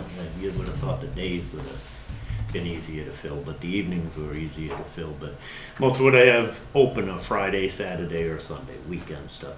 The weekday evenings are pretty much all full. So hopefully as we bring on those, we have 4 people in basic classes. Hopefully as we bring on those people, and once we get past summer, I don't think it'll do well if I try to do it in the summer months, but on towards September, October, do another recruitment, and if we can pick up another 3 or 4 people, especially that fit that bracket that I talked about, I think we'll be able to fill those. It's going to take us a little while to work into the per diem / stipend thing and get it flowing good, but I think we can get it flowing so it's halfway decent. I think we'll always struggle with weekends and holidays.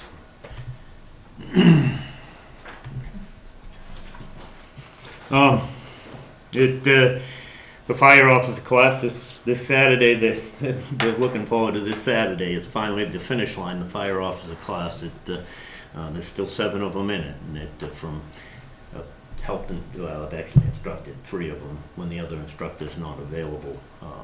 But I think all 7 of us are going to make it to the finish line and probably do okay. So hopefully we'll have 7 of them to add to the list. Some of them are existing officers, but actually the training and piece of it is very worthwhile. Hosted an ACLS class, Advanced Cardiac Life Support class, last weekend at the station. Been trying to open it up and give the department more exposure to the surrounding communities and to the public in general. But so we held the ACLS class through Atlantic Partners in EMS. We probably had only a third of the class was probably actually Durham people. Well, let's see, hazmat ops is later this month, and actually it's not on here, but one of the things I have to do this time of year is send out letters to people that are lagging behind. Just tell them that, hey, then they have till May 31st, that I have probably 7 members that by May 31st, they need to get their stuff squared around. Well, not just the department, the town is quivering in dangerous territory because I'll have non-compliant, as far as the Department of Labor is concerned, personnel on board. So anyways, the letters went out last week, and that's actually what a lot of these trainings lend to, is some of them, like the hazmat, that's a requirement. We have a basic pumps class scheduled, which that should increase the number of operators and stuff that are good, qualified, that and really know their stuff. Operators scheduled for tail end of June, and then EMS week is the 21st. Starts the 21st. We always have the school come over for one day during the week, and that's scheduled for the Wednesday of that week. If you want to come by. I know Diana actually put out a flyer to, not a flyer, but I think she may have forwarded it for the town channel and the website in regard to anybody that wants to help out. Right now with the economy booming, we struggle to get volunteers for that stuff. And I can't guarantee anything. What time do you usually do that? usually, I think most of the classes are actually scheduled from 9 till 1 or 2 o'clock. We do hour sessions and break them down into 15. They come over, each grade comes over for an hour block. And we break it into usually 4 presentations. Sometimes it's gun safety, water safety, bike safety, different presentations and stuff. Once in a while we do a half-hour block all together and cover CPR, or just a brief overview of CPR or something like that, innate safety with a variety of different things. So I think it's 9 to 1, 9 to 1, 9 to 2 on the Wednesday of that week.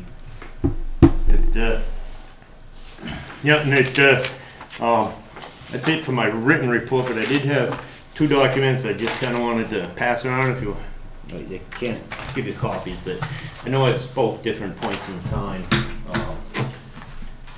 about the services we provide, and that sometimes it's not always based on what you can physically see and the financial outcomes and stuff. This is a letter that we just recently received, and kind of summarizes some of my thoughts on the process. And I was actually going to show you one from the insurance company, but I can't find it. But it's critical as we move forward to make sure that we watch the ISO grading schedules, because I actually had 2 calls this week in regards to the insurance companies are getting tighter and tighter on that, meeting the requirements and the grading schedule. I've actually had 2 calls this week in regard to ISO class grading schedule, and its distance from the fire station, water on wheels, and things like that. So, and I actually, paper I was looking for, I actually asked the agent if he could give me an idea, and we're 9. And if I can maintain that 9 for people across the town, then everybody's insurance is based on that same base. But if you're over the 5 miles and I can't figure out how to make it work, whether it's mutual aid or automatic aid, they won't say accept mutual aid, it's automatic aid, but they actually, you go to a 10, and from what he said, it's like 50% higher moving to a 10. So one of the things we definitely need to be cognizant of as we move forward is making sure that we don't jeopardize that 9 rating, and if anything, improve the rating. Do we know, you were mentioning before about looking at consolidating apparatus. Do you know if that could have an effect? That's part of our research. Hopefully we'll have some information. I'm not sure if water on wheels makes a difference. As far as the 2-pump thing, I'm not sure about that. Yeah. I can't really answer that. Now, Quint does have a pump on it, but it has no water on it to speak of. When did you get this? From Play. Callenbeck's? From Callenbeck's? Just recently? Oh, I was gone on vacation. I know him. Oh. I didn't realize he had. Well, I can't. And that's why I didn't make a copy and pass it around. I have to be very careful. If they wouldn't have sent me that, I actually could have never talked about the situation. And the way they sent me the letter, I'm not gonna post it anywhere or anything. But I thought it was something that was important for the board to see and stuff, because to me, a lot of times, we get so focused on the financial aspect of it, and in reality, what we really are looking for is the quality of the service, the level of service, and to have something available, so. That one on the right-hand side, I can relate to that one quite well. I got 6, 7 in my family that have had that. Some are still with us, some ain't. Section? So, It's the same. one thing we discussed Same last thing. week is the possibility of maybe cutting down on the amount of times the department's heads need to come in and report. Is that something that we're interested in? I think so. I am, in particular. I just think we're not monopolizing time that he could probably be using. My Better served. suggestion would be one comes in on the first Tuesday, one comes in on the second Tuesday, and if there's a third Tuesday, neither one has to come in or something like that. But Unless they have something. unless they have something that they need to bring for, if they want to give us a written report in between, that's fine. But During the summer, I would think the road commission is gonna be pretty busy and might have something. right, I mean, and that's kind of up to the department head if they need to come in and they need to vote on something or something like that. Just I don't like coming here every Tuesday. My time actually, as it is, struggled trying to keep it. The last 2 weeks been under 40 hours, but most of the time, especially when we get to the fall, I'm sure Calvin's in the same boat, but especially once he hits plowing, but it gets up to 50 to 60 hours. But the other side, I'll just throw this out there for thought too. One of the things a lot of people have talked about is the lack of availability of information. And in all honesty, when I went to a written report and some of my reports, you may find this hard to believe, but it's my opportunity to actually have a public platform and present some of the material. And then just with the written report, that's all it is a written report that you review. Public, if they watch or do go to the town channel and do the streaming, they're never gonna get that information. So I'm not against not having to come here, but it is one of our opportunities to present information to the townspeople and to the public. And it's sometimes, I'm sure you have all found, it's surprising how many people sometimes actually watch. I don't know, maybe we could post them on the website after the meeting or something like that too, just to, if you're not actually presenting it, we could post it on the website so people. Yeah, something like that. I'm sure people would actually go and read it because there are actually. Could we just set you up with like a little blog that you could blog once a month or twice? Is that what? A little blog? It would. Well, I mean, I get it. I know what you're laughing. But I mean, it's a very simple thing. Deep thoughts from the chief. Yeah, whatever. And you can just reiterate what you want. He was talking about a computer. Well, I don't think. We did not have Computer 101 when I went to high school. I understand. know you're going to find that hard to believe. We were still in DOS when I was in high school too, so it's not. I don't think anybody here. So if we do that, you want to say have the chief on the first Tuesday, the road commissioner on the second Tuesday, and if there's a third Tuesday in the month or a third meeting in the month, neither one is required to attend. But if they have something that they need to present to us or something, they can show up. I have zero issue with that. I'm fine trying whatever you guys think. Try to see how it works. Right. We tried it a couple years, 3 or 4 years ago, and it slipped back and so on. I have no idea why, but we can give it a try again and see if we can reduce the commitment. And then if you have anything that you just want to notify us of through written channels, that's fine too. And if you want to come in on the off Tuesdays, we can set you up in front of a camera and you can tell them what you want. Not bad. Not bad. We could do YouTube videos. Yeah. But it is actually, one of the things people talk about is not getting the information. And I know it sometimes goes on and on and on, especially this time of year. But it is one of the few opportunities that that the townspeople do have if they choose to try to get the information to hear or to see it. But posting it, that might work. Some Yeah. people would actually. I go mean, to some the people meeting. used to say that when we had the tri-town, and it wasn't because it wasn't in there, they didn't open it up when they got it. Thank you. Yep, all right. Thanks, Thank Chief. you. Commissioner. Are we starting that this month? So, yeah, Done this month, come next time? There you go. What about me? every Tuesday, not only the Tuesdays we have meetings, the Tuesdays we don't have to meet.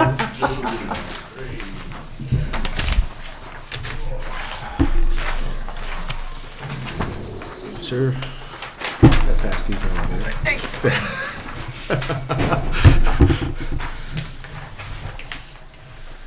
So I've got the road sheet that you guys wanted, the spreadsheet for the roads. I'll go over that after we're... Do we have copies of that, or is Yep. that just, oh, okay, thank you. Well, you don't have it yet, but I can hand it around now, actually, I guess.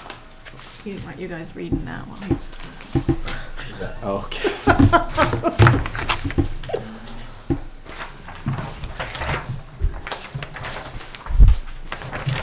Thank you. No, there's not two yet. Ruth, you have one?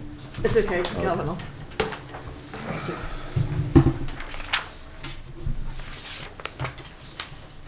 So we can go over that. Have to go over the report first, or do you Yep. want to go over this first? Go with the report, that's fine. So we're still, crews working on spring cleanup, patching, shoulder repairs, working on gravel roads, getting those, we've got just Cushing Road left, we're gonna get tomorrow. Get the, most of the winter damage out in the potholes. Still working on getting all the headgear and wings off the plow trucks for the season. I think we're safe now. I don't like to pull them in April because I never know if I'm gonna get a storm.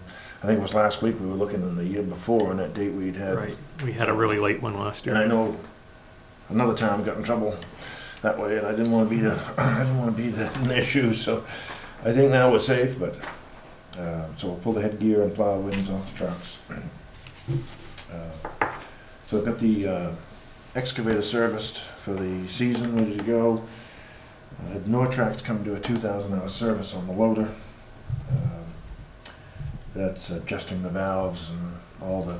That's a critical milestone service that got done.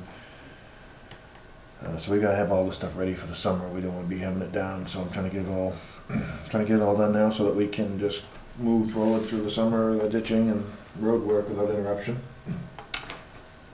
Engineer's gonna be on the Auburn Tunnel Road crossing, stream crossing for the grant this Thursday, doing all of the on-site survey and stuff for their engineering.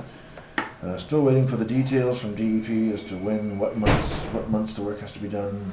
Often there's requirements that has to be done between July 15th and September or October to stay out of the spawning season. And so I haven't got the details on that yet.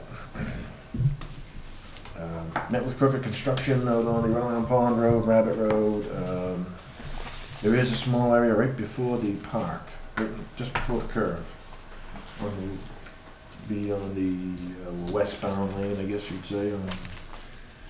The pavement lifted this winter, and there's something going on. There's either a big rock in there or a spring, something. There's something that's lifted there, and it's caused some cracking in both directions. So, with Crooker said, well, they could bring some radar penetration over and see if they could see what was in there for $300. So I figured, well, for $300.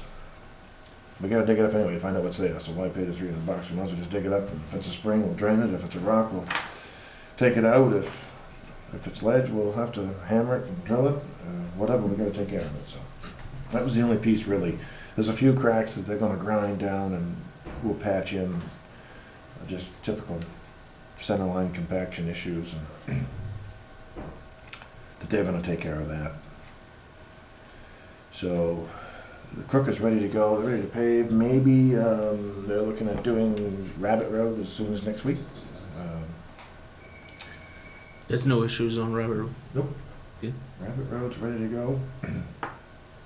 I've got a little bit of ditching on went around, we still have 3 weeks of cleanup and ditching before they can get in there, and now we gotta box cut that piece out, so it'll take us a couple of days to get that done. We gotta cut the pavement, cut that out, take all that material out, find out what's in there, replace it with gravel, compact it, and then put the base paving back in and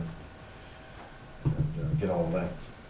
So that when we put the surface down, it's all uniform, we don't have a big patch in it. How big of an area are you gonna cut, Calvin, just out of curiosity? It's probably gonna end up being one lane by about 50 feet, maybe One lane by 30 to 50 feet. Yeah. Because it's right in the middle of the lane, it lifted. I could see it this winter. If you're looking at the shoulders here, it came up like this, it was like a shelf. It's gone back down now, but something lifted that. Whatever's in there, I gotta find it, I gotta take care of it, so. There's gotta be a big boulder, or somebody dumped a big boulder in there years ago and they filled it in, or something. Yeah, that's what, when you said you were gonna box cut something, I just assumed it was like what you just said, a boulder, you know, maybe Yeah.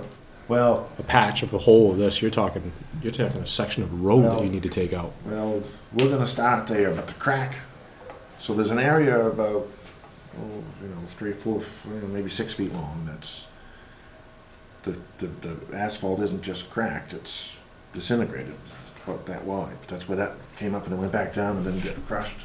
Sure. But there's some residual collateral damage that goes, I'm assuming that's the case, so I'm assuming that that's just collateral damage on that crack on either side, that goes down a ways, because when that lifted, that pavement just had a relief point, went down there. There could be a shelf of ledge right there that all came up. Ledge doesn't move. I don't believe it. I mean, well, no, but sometimes the water gets trapped on top of it, it can't drain, and then it freezes and expands, and then it That's possible. dries. Who did the base? I mean, how much base do we have underneath that road? We added, in that section, we added nearly a foot, but it's the Foot of gravel. base? Yeah, it's a gravel base that was under there, which we did some test bores, and there was plenty of gravel, so, We did test bores. yeah. But, we can't hit every spot, so there's No, I get something that. in that one spot that's going on, and It's just, something in that one spot. you see what I'm getting at? It's if you a box cut, I would just think you're cutting out for. We're talking about a pretty good sized portion of this road. Yeah, just, So it what probably is- won't be 50 feet, it might be 30 feet, but it's just taking out one lane and box cutting that piece. We'll cut the pavement and take that piece out. If I start right in the middle, and I just hate to get in the middle and find out that crack did have some, won't know till we get in there. I mean, I'll start with that piece with a rock, maybe I can cut it back to 20 feet. But, It's a big rock. oh, no. Well, I don't know, it could be a spring, I don't know, won't know till I get in there, so, could be How do you fix a spring? drain it. Put stone, pipe and stone, and drain it off to the ditch. Are you seeing any evidence that it's spring? Like, is it getting washed out from underneath? Because typically the road would indent and so forth, and all your gravel on the side would be. No, am I incorrect on that, or? Well, yeah, you don't see them. You dig down and you find them. We dig down all the time, find springs under the road. And there's no evidence of it at the surface, but you get down in there and there's a spring in there.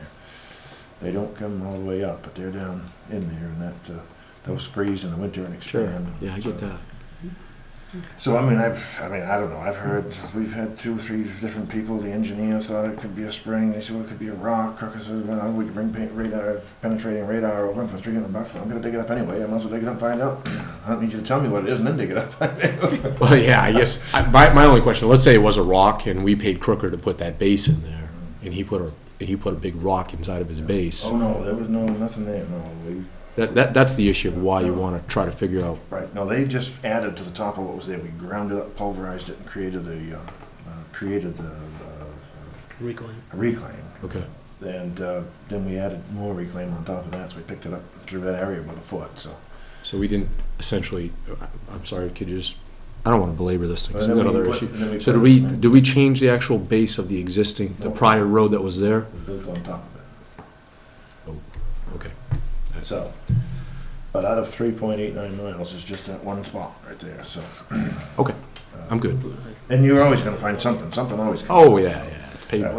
I was happy that that's the only spot. I just, like I said, my only confusion was the box cut. It went from a whole side of a road to 40, 50 feet, 30 feet. That's a big Well, box. sometimes- That's a big box. Well, it's just a term. It's a construction term. Sometimes we box cut an entire road. like you'll see on that list, I give you the Apple Ridge Road, that's my recommendation, is box the entire thing. That means just take it all out, put new material back in. I don't know what's going on over there, but it's.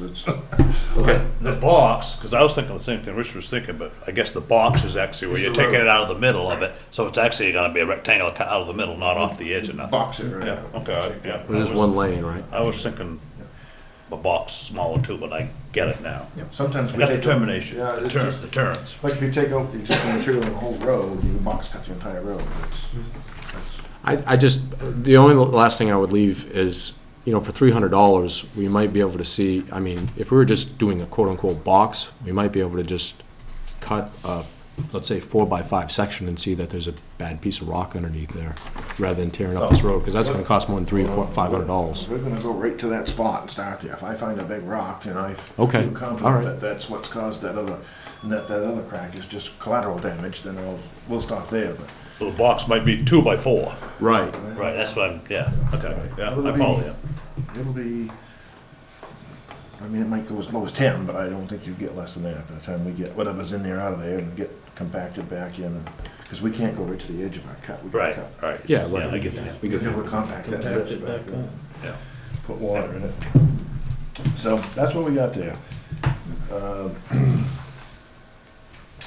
So out of, that's not too bad. I'm pretty happy with that, with the result. Looked at the way it's held up over the winter, and it's doing very well. So I'm happy with that.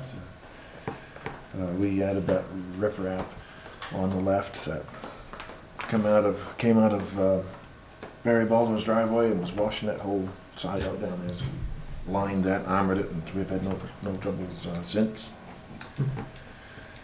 Yeah, it's like a river coming out of his driveway, that whole watershed up there.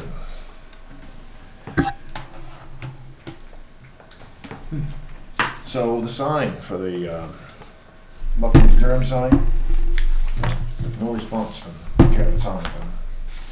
I emailed them, I voicemailed, no response. So perplexed about that, but I guess we'll move on and get some other vendors. There's other people that do it, so. Yep. Unless you got a contact. Oh, I know how. Well, if they don't want your business, I mean, there's a million sign guys out there. I mean, Sure. they're like lawyers. I mean, you can find 100 of them.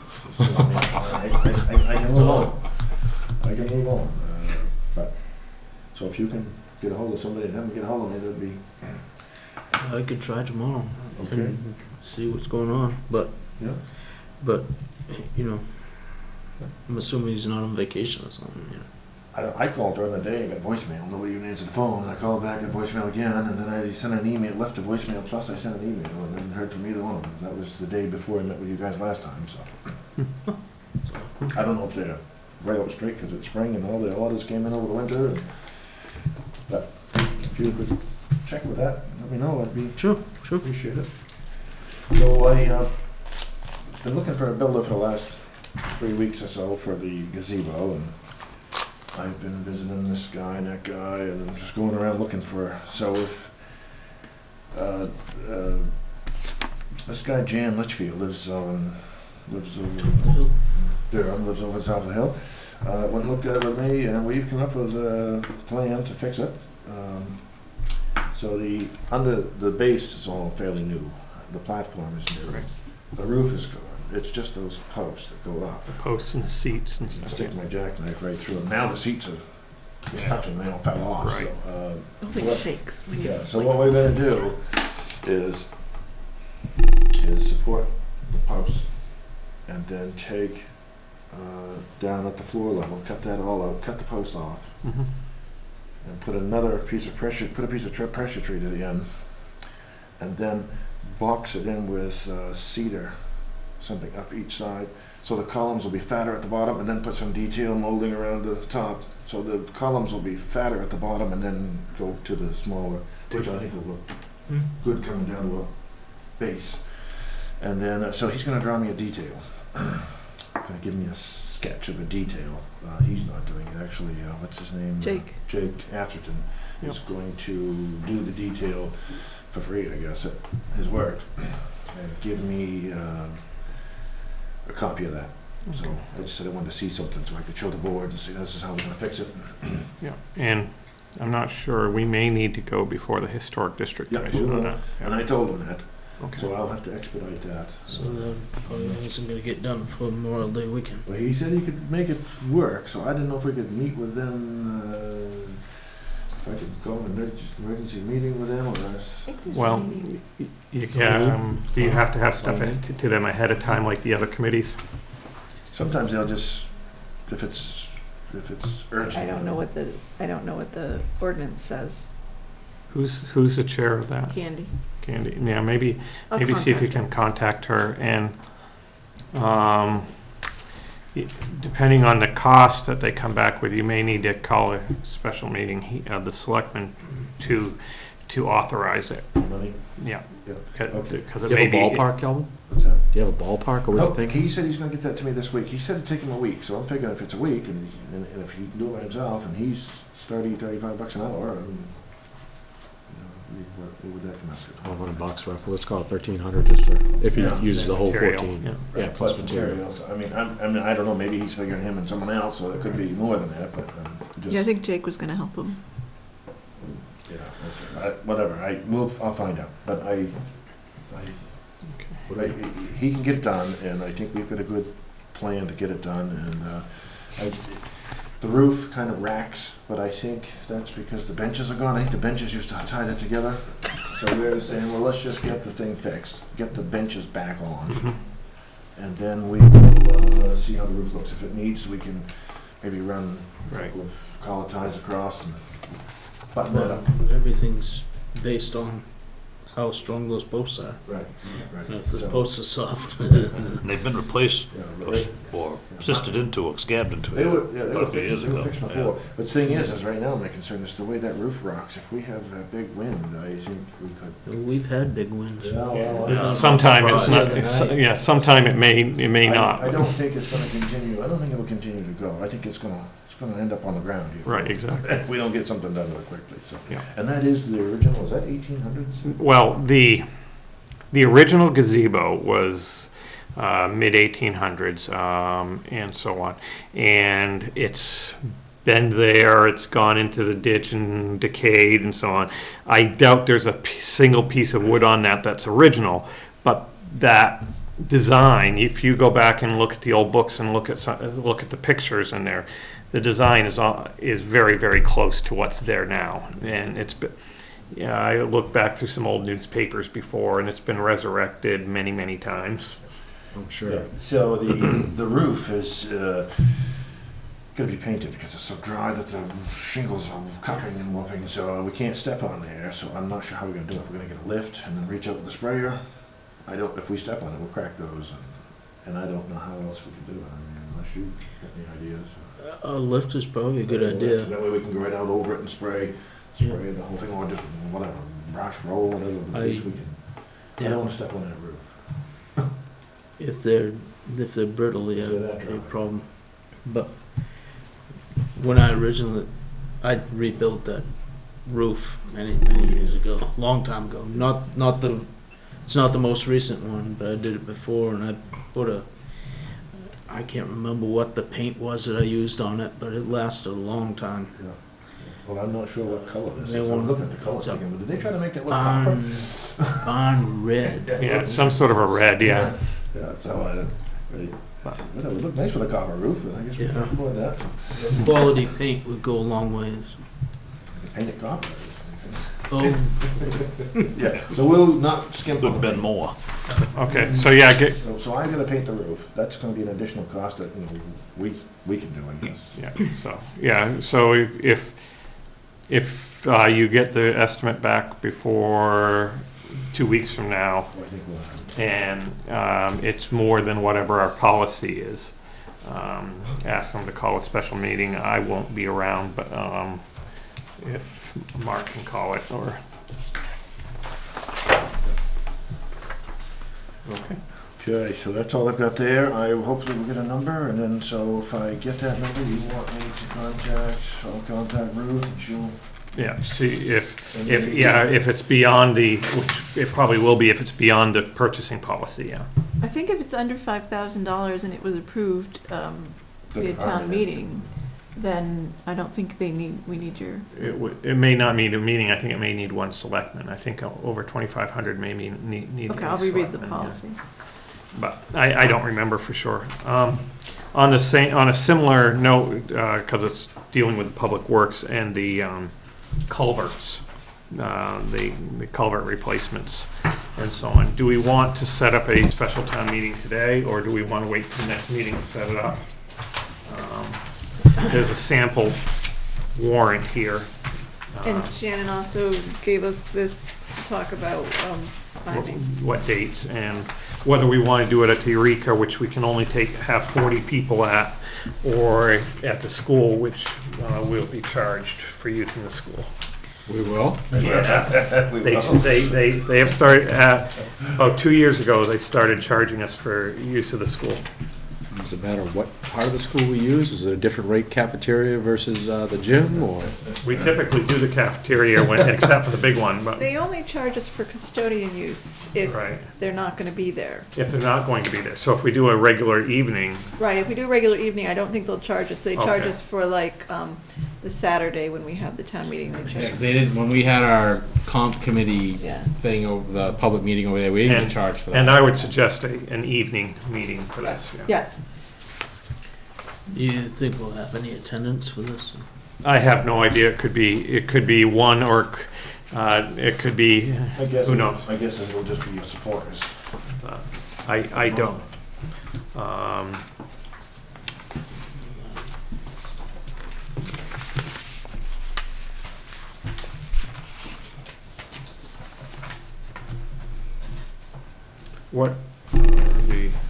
What are the June dates? Is that what we could get the gym for, get the Durham school for?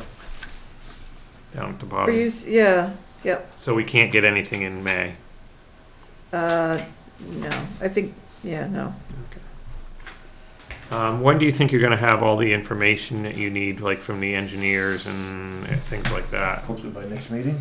Okay, so maybe we hold off on scheduling it until next meeting, and So we know all the ins and outs. yeah, the better we come prepared to it, the better it'll be. Okay. All right, anything else? Anything for him? Oh, that's right, the roads, that's right, the road survey. So if you want to look at this was, so what I did is I took the work that's scheduled for this year. If you look at the second page, the highlighted ones, Yes. rather than keep those in with what needs to be done, I took those out because they're already scheduled for this year. I didn't want you to see that number of things that we submitted to pay. So that's already, it hasn't been done, the money hasn't been spent, but it's already allocated, so. So that's what those two are. The plan originally was to do Cedar Pond and Stackpole. One was hoping to get Country Lane in there, but now Bowie Hill is. So we'll come back to, once I get the final numbers and get going, we'll see. You guys will have to make a decision on what you want to do. I live on Country Lane. I don't want you doing that because I don't want my house burnt down. You start doing Country Lane before. No, but in seriousness, it's I just, mean, Country Lane is. it's in pretty rough shape. I It's agree. rough. I mean, we're digging boulders out of the road. Yes, you're 100% right. So, I mean, we're at the point where we're digging boulders out of surfacing, finding their way to the top and coming through. And so, my question with that is, the problem with that is it's beyond the shim and overlay, so it doesn't really fit in the same scheme of, that needs to be ground up and. It looks like, from a layperson looking at it, it almost looks like your road needs to be elevated. Yeah, Is that? you've lost your crown, so it's flat. Yeah. So you're holding water in the middle, and it's It's a nightmare. It's imploded, and so now it's got to the point where now we just say don't plow it because you'll get stuck in there with the plows. Just try to burn the ice out of it with salt. So this year I said, well, rather than even do that, let's just start sanding it like a gravel road because we're just trying different stuff because the road is just, it's probably It's bad, yeah. It's bad. It's probably as bad as Bowie Hill. So, And the thought was, I was hoping that if I could originally have just done a shim and overlay or something, that I could have, but by the time I grind that and put what it needs, What page is Country Lane on? I don't even- First page. first page, second It's a one under rebuild. Oh, yeah, okay, there we go. Which is the So- problem. So right now, the estimates for rebuilds is almost 5.5 million. And and I think that's gonna be more like 6. Yeah. Because I think Shiloh's gonna come out of here, and Shiloh's gonna come out of here. oh, yeah, Gotta come out of the shim and overlay category. oh, yeah, it's way gone. At $100 a foot, you can do the math and say that's gonna add another, but I think I can save some on the other roads, so I think if you were more, I think you're more in the 6.5 range. So what was the bond for Runaround and Rabbit? 1.1, And what's our bond payment on that? 170,000, I think, something like that. Something like that, yeah.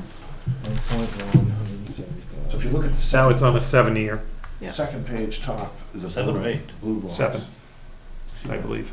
It is That 7. blue on top. Mm-hmm. That's your total to rebuild those roads, and just the way it fell, we should have stopped on the first page with the rest of them, but So I I think didn't cut the page probably there. kind of for now, maybe take these home just to kind of look through them, and Yeah, because so- there's a lot of information on these. Yeah, if you would, so I'm working on a capital plan, so what I've done is, I'm taking these years out and adding notes on all of them, and taking these years like 1 to 3 and putting an actual number in there.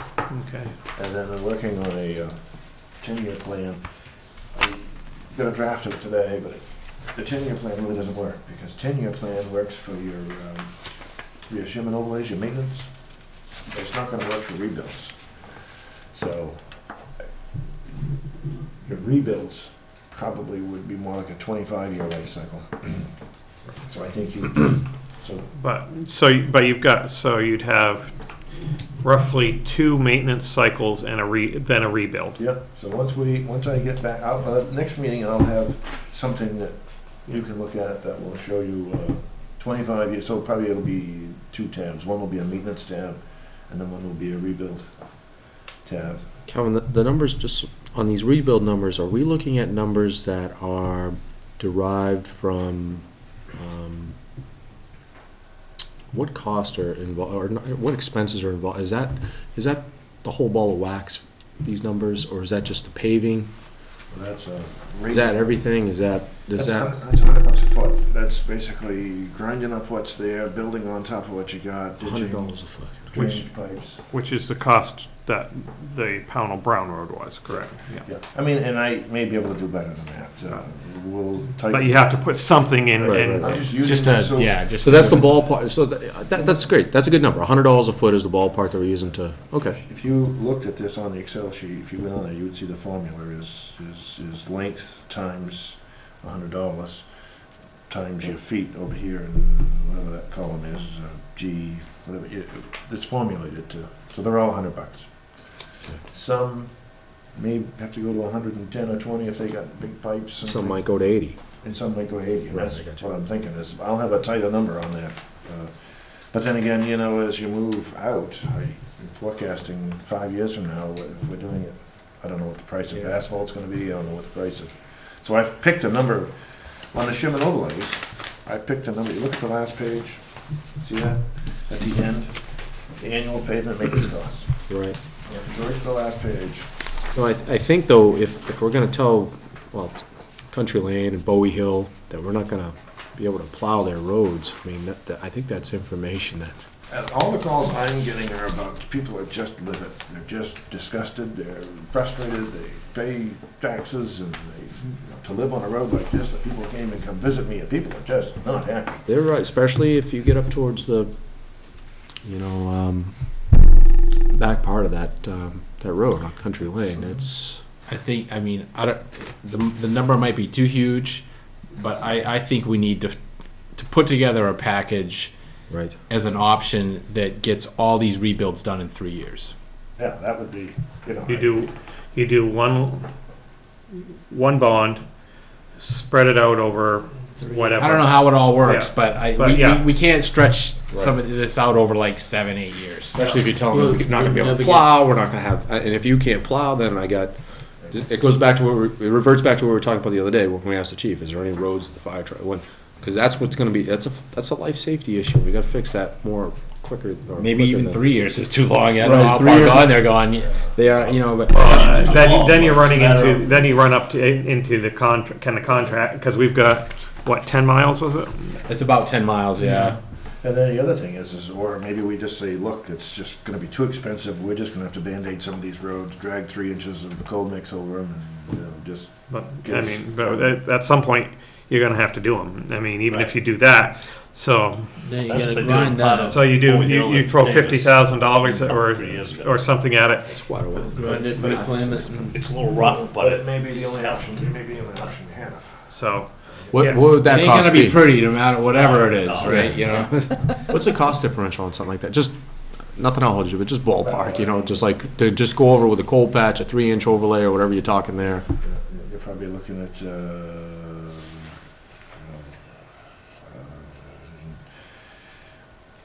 $190,000 a mile, $100,000 a mile, instead of $100 a foot, you're looking at, so say 100, say 117, say 120, $120,000 a mile. that's a fifth of the cost of the rebuild then, roughly. comes 10.5. Yeah. Right. Yeah, it's right, yeah. And for something that's gonna last not very long. Maybe we get 7 years out of it, maybe we get 7 years out But of it. there might be strategic places where we have to do Right. something like that, Right, and just that's to what- buy time.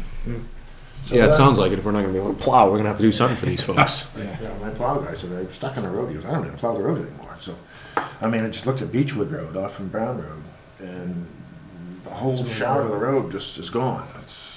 The plow got caught in it, and just ripped the, I mean, they're going quickly, so. Yeah, take it home, digest it, there's a lot of information on that. but- Is there somebody we should talk to, either through GP-COG or a municipal bond agency, to kind of like lay out, hey, this is what we're looking, what are our options, for finance packages for this type of, this type of situation? My engineer, talked to the engineer. that's me. Okay. The So what are our options? So- I think that's, So, so to rebuild these, you're looking at, if we were looking at a bond, $5.5 million. So what DOT tells you to do, what Maine Local Roads tells us to do, is they try to drive home, is to go to that last page and say, okay, let's say all your roads are done. You need X amount of dollars as your annual cost to maintain those roads. Do not ever let that money get used to rebuild roads, because now you've taken the money that you need to maintain yours. And I think I can cut that down, I think that number's high, because I was looking at that, that's based on a 3/4 shim and an 1.5-inch overlay. If the road's 10 years old, I think, I'm looking at roads that are about 10 years old, and I think that you probably could get by without the shim, or just spot shimming and probably an 1.25 inch, which the 1.25 inch option, or the 1.5 inch option is, an 1.25 inch right there, option is in there, which cuts it down to 378.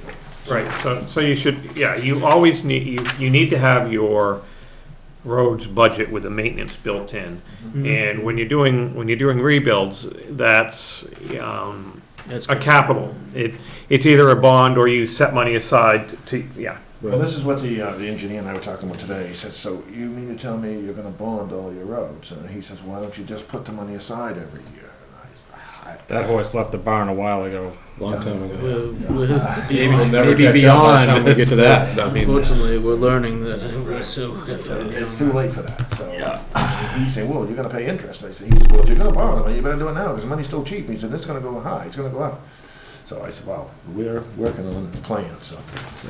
He's gonna help me put me for a couple of hours, putting together It is cheap. The bond was less than 2%. Yeah, and interest rates are going nowhere but up, probably, in the next. they can't go much lower. I They can't go below. negative. Calvin, if the magic bond fairy came down and gave us $5 million, how long would it take you to get these roads up to par? I mean, Depends on how many other towns grab the same contractors. That's the problem. How many people get that ferry? You had 10 miles, roughly 10 miles of rebuild. Yeah, I think you got more like 11 to 12, but 12. It'll take you a couple of years. If you do, how long? Couple of years? Run around pond 2 and, seasons, probably. That was Seasons, 3.9, rough, 3.8. 3.89. Yeah, so. that was 1 year, so maybe 2.5 years, I would guess. Well, I mean, unless you want, 3 years? you could get it done in 1 year if you want to hire 2 different crews. And Well, wait a minute, something just kind of clicked in my head here. So Something's- 3.9 miles was $1.1 million.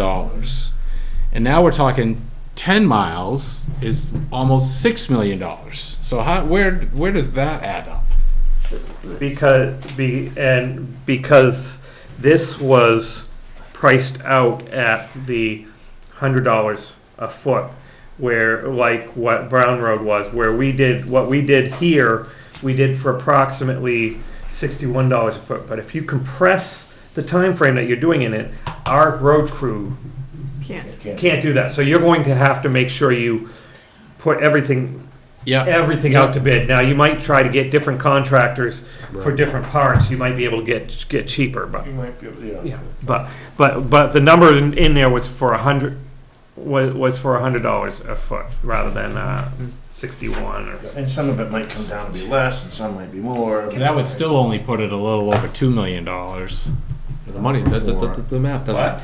That would still, I just took, 3.8 times 5,280. Yeah. Or whatever it is, it's in that ballpark. It gave me, I can't remember, did the math here, and it was like 1.9 20,000 something feet, right? Yeah. so Times $100 is a little over $2 million. $2 million for For 4 4 miles. call it 4 miles. So We did it for you 1.1. $4 million for 8, Yeah. $5 million for 10. Yeah, okay. So he's yes. That's in the ballpark. Yeah. Okay. And actually, the 1.1 million, we actually had, it was more than 1.1 million because we had the road, so it actually, and I forget what the final numbers was, because we had the road crew being paid and Okay. and things All like right. that, so it's a little more than 1.1. Okay. All right. That's how much That's the good. bond was. It's just, thanks for clearing that up for me. I think when we had those, each road was, if I remember right, there was a price per each road, depending on what the. Sure, yeah, I just- Test was, what the Yeah, city because did, yeah. every road's different, Right, right? right. My There were logic different was prices. flawed in my thinking, so I'm good. There's no way to really compare two roads. No, you can get close or similar, but you're not gonna get Kind exact. of like the Brown Road and the Rod Road. You really can't compare two roads, All right? you can do is take 2 in the same condition and go, okay, that's about the same condition as that one, and And then you're still gonna run into stuff that ain't the same. Yeah, you get Old Brunswick. Yeah, I agree with you, but that's kind of circumnavigates the argument we had the other day. So, I mean, in some ways, I think the numbers we put in there are probably close to worst case, right? yeah, I think Yeah, those are well, worst. that's Yes. probably what we should be looking at. Right. Those are worst case numbers. That's the only way we could, we can go, our sunny days those plan. are probably, That's not. they're probably a little high. I mean, some of the roads don't need that much work. Some of them could just be ground and paved. And Project if we might- start might looking need at doing a more. bond, we're gonna look at these closer. Well, I can get you some pinpointed numbers, Right. which I can be working on over the next couple of weeks and tighten this up. Okay. So when, like, for instance, I don't know what kind of lead time is involved in, like, having engineering done and basically being ready. So, like, say if in 2018 we're gonna do X number of miles, how soon do we need to, like, be getting ready for that? Well, like this past year, Davis Road and Shiloh Road are surveyed, so that engineering can come together like that. But getting things done the year before is nice too. That's why we started putting a budget together for surveying engineering professional services. And do we have some money in the budget this year to do Yeah. engineering? Like, if we needed to engineer Bowie Hill Road Yeah. or whatever, we can do. We have You money to do approved that. it. Yeah. I approved a lot of things. I said no to a few others. Don't ask me to repeat them all right now. But yes, I mean. So are these roads, I'm sorry, Jeff, are these roads scheduled to get engineering, these critical roads? Do we have anything lined up that, like, so I'm not gonna be you know, my neighbors aren't gonna be dragging me around the block here when they. I mean, not everything needs to be engineered, I mean. Well, I mean, it sounds like your critical roads, like Bowie Hill Road might just be, but it really, I'm pretty certain that you might need to do a little engineering on Country Lane. Yeah. Like you said, you've lost the crown, you need all ditching, the elevate, I mean, there's some, Yep, so, I mean, that's, engineering is you don't need to engineer, I mean, I could go in there and shoot the grades on that road now and. But if we, I mean, if we have a good idea by, you know, end of June or something, which roads we may be targeting first, we can make sure we get stuff started. That's what I'm talking about. Right, Yeah, just so we don't miss a window because we didn't have some prep work done. Right. So, I mean, I'll pick another couple of roads this year and And, because you already have two, you said, you've got the. well, I don't have them done. I have the, so probably I have enough in there to finish those roads. That's about it. Do you have any, like within the rebuild section, any like prioritization scheme or anything like that, or?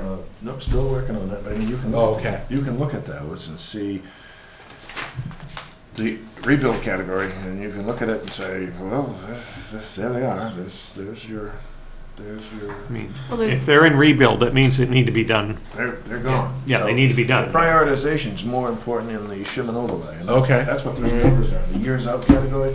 The reason I put a number there, if it's 10, that means we don't have to worry about that for 10 years. If it's 6, that means we're 6 years out. So that's that number, if you look in the right column, that years out category. But unless we do it all in 1 year, we would have to make a call like, okay, this is the first group, this is the second group, and if there's a third group, Just so you understand, this is just the shim and overlay. This page 2. I'm talking, yeah, right, I understood, and I follow you there. Talk about on the rebuild section, unless we can do all the rebuilds in 1 year, Right. then we'd have to prioritize somehow, right? That's correct. That's where you guys are gonna have to make a decision. I can give you a recommendation and. Yeah, that's what I'm asking about, is like, And I can say, here's my plan for this year was to do Shiloh and Davis, the rest of Davis and Shiloh Road. I think we have to take them at the level of urgency for these, some of these roads. I think they're all If you're pretty getting- close to the same level. Well, no, not really. I mean, Almost. I mean, if Yeah. he's telling me that the Bowie Hill Road and Country Lane, you can't even. Yeah, but Country Lane's a dead-end road with very I little agree. traffic, so. I agree. So there's a lot of things that have to be weighed in. You gotta. That's what I mean. What are the criteria to set that? What's the Traffic count, number of taxpayers affected, emergency vehicles. So like last year, I worked with the fire chief and we came up with, do these roads look like they would be in the, so those roads we picked. That would be the main corridor. So. That's kind of how Runaround Rabbit out through there done, because that's kind of a main main thoroughway? corridor I out get there. that. Oh, yeah. No, there's no question. Now they're all East to planning to west. go Highway, fast. right? Yeah. So that's what happens. As soon as you get these done, people are gonna come, they just finished Lawrence Road and half the people are ecstatic and the other half say, well, Jesus, we just don't like the traffic. Slow down. So, Nobody likes it. You're not going to please anybody, Calvin. You know that. at least you live on a dead end road, so you don't have to worry about it. You don't have to worry about it. And I live at the beginning of that dead end road, so it's not this, but you know how that goes. You know how people, they hear this and they say, hey, Oh, yeah. this guy's, I can tell you what all my neighbors, Calvin just said on TV or wherever we are, that our road's not getting plowed anymore. I guarantee you, that's what I'm going to go home to tonight. That's probably on your cell phone now. I shut it off when I got into this meeting, so I don't know, but that's all they heard in that conversation. It'll get plowed. It'll get plowed one way or the other. It might not get salted, it might get sanded, but That's fine. we treat it like a gravel road. But you are exactly right. Your crown, if you watch your crown, the road should have a 2% slope from the center out. The water should run out, lead in the ditch. When you start losing that, and you don't shim and overlay and get that crown back, that's when your road just, if the roads had been maintained. Or ditched appropriately in the first place. That's what Well, half the The problems are. shoulders build up with sand and they become Ditching, higher than the ditching, pavements. ditching. So your water can't get to the ditch. No, I hear you. And I agree with you. years of sand and so we don't have that problem anymore, but we still probably have some shoulders that are higher than they ought to be. Yes. Okay. We have to Thank you. take care of those. So are we I'm good. set on that? Yeah. Any other questions for the, Yeah, when I come back for next meeting, I'll have somewhat of a capital plan for you guys to look at. Then you guys can take that model and make changes. Okay. So it's probably gonna be tab 1 will be a 10-year maintenance plan, and tab 2 will be a 25-year okay, rebuild plan. sounds good. All right, thank you. Administrator? I'll make it quick, okay? Sorry, guys. So I gave you guys a couple things. I gave you a picture of the goals that we did last week, and on the back is kind of a synopsis and some of the questions that I got from the goals workshop. It's there. So that's really just for you guys to look at and, you know, bring up at future meetings, you know, if you want to work on any of these goals and give us direction as to what kind of information you would like us to bring forward. So I thought it was a good session, and we just kind of like threw every idea that came up on the board, but are we necessarily just adopting everything we mentioned as a goal, or, No. I wouldn't think so. No, I would think we'd need to, These are things that we might want to bring up at future meetings and Okay. discuss. And like, we've already done 2 of them, or we've already started 2 of them. Right. The liaison and the health insurance comparisons. yeah. Next month, the budget, our next meeting, the budget committee is being invited to. So we're starting on some of them already, and then some of the other ones we bring up as time allows and stuff. And whether we want to go down that road, or is it, Right. yeah. Or is it not the time, right? Yeah. Where are we at with the website? Did I send you the link? Oh, it looks beautiful. Okay. It's good. We're working on it. I'm working on getting Alden a login so that he can help us. Shannon's planning on taking a week or 2 off this May in order to finish as much as she can. And then I'm starting to work on it as well. I've done some work on it. I did a bunch of the links and stuff, but it's a long process. So if you know anybody who knows how to do this kind of stuff and wants to volunteer, they can. So that's not part of the work that we hired the web company. I was just checking. 15 pages. And so they give us the outline, they give us the basic building of the website, and they take and transfer 50 pages over onto that website, which actually still needs to be updated in some instances, because some of them are, I mean, we still have pictures of Sean, who was our last road commissioner, Yeah. on the Public Works page. But he gets blamed for it. Yeah, yeah, call Sean, it's his fault. So 50 pages goes really quick. And is there ongoing, are we responsible for our own, like, Hosting? updates and Yes. new pages and Yes. all that stuff? Yes. And who's trained to do that? I'm trained to do that, Shannon's trained to do Okay. that, Diana's gonna be trained to do that, and Calvin trained as wants well. his training too. Okay. Cause he wants to do his blog. Are you gonna have a blog? I don't know. Oh, okay. Ramblings from the road. These are the roads for not plowing. He actually writes. I'm telling you, I'm gonna get a phone call, Jeff.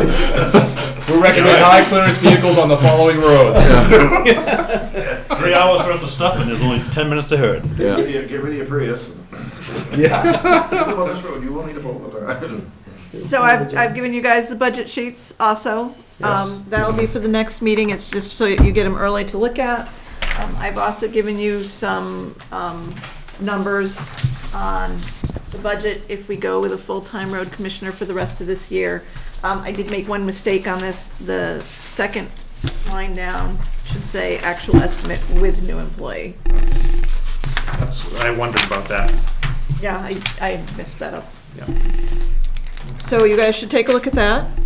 And then the only other things I wanted to communicate is motor vehicles. This week, we're going to be starting to work with the new laser printer, which I just had to purchase. Liens are going on the properties on Friday, so if the 2016 taxes haven't been paid by Friday, actually by the close of business on Thursday, there will be liens. So if you guys get any, phone calls, that's what's going on, because, this is always our most popular time of year. And that's good enough for tonight.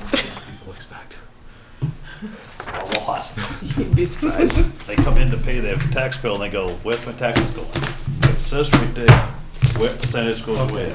So, So I'm good, Shake your unless head. anybody has questions. we're good on that? Okay. Selectmen's comments, upcoming meetings, regular selectmen's meetings held here, Tuesday, May 16th at 6:30 PM, and Tuesday, May 30th at 6:30 PM. There was a request that I announce all meetings. Do you know of any other meetings upcoming? Alden, do you know of any? No, The request actually came from him. Planning board, May 10th. Yep, planning board's May 10th, there's a historical district commission meeting. Yeah, I just closed my computer, hold on. Why is it May 10th?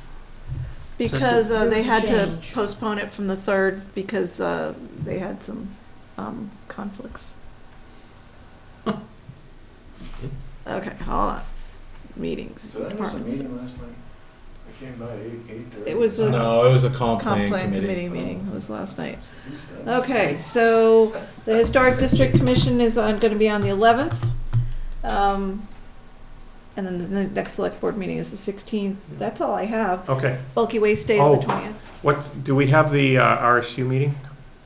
I don't know. That is May 24th, I believe. We should put it on the calendar. I can- When did you say the historic district? 6:30. I have it on the 11th. Okay. On the 11th? Yeah. Yeah, May 24th at 6:30 is the three-town school board meeting at Freeport High School. Okay. Okay, I'll have to remember to put that When down. was that meeting? 11th.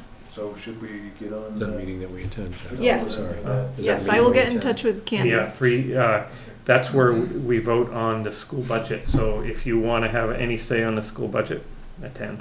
Okay. But I didn't know if it it's- was it's not required an- from the selectmen It's aspect. not official, anything from official Hopefully capacity. everybody from the town, but not usually. No, it's what, 7 o'clock for the historic district? I think it's 6:30. 6:30? 6:30, yeah. Okay. Yeah, 6:30, the school one. All right. If there's no other things on that, I move that we go into executive session pursuant to 1 MRS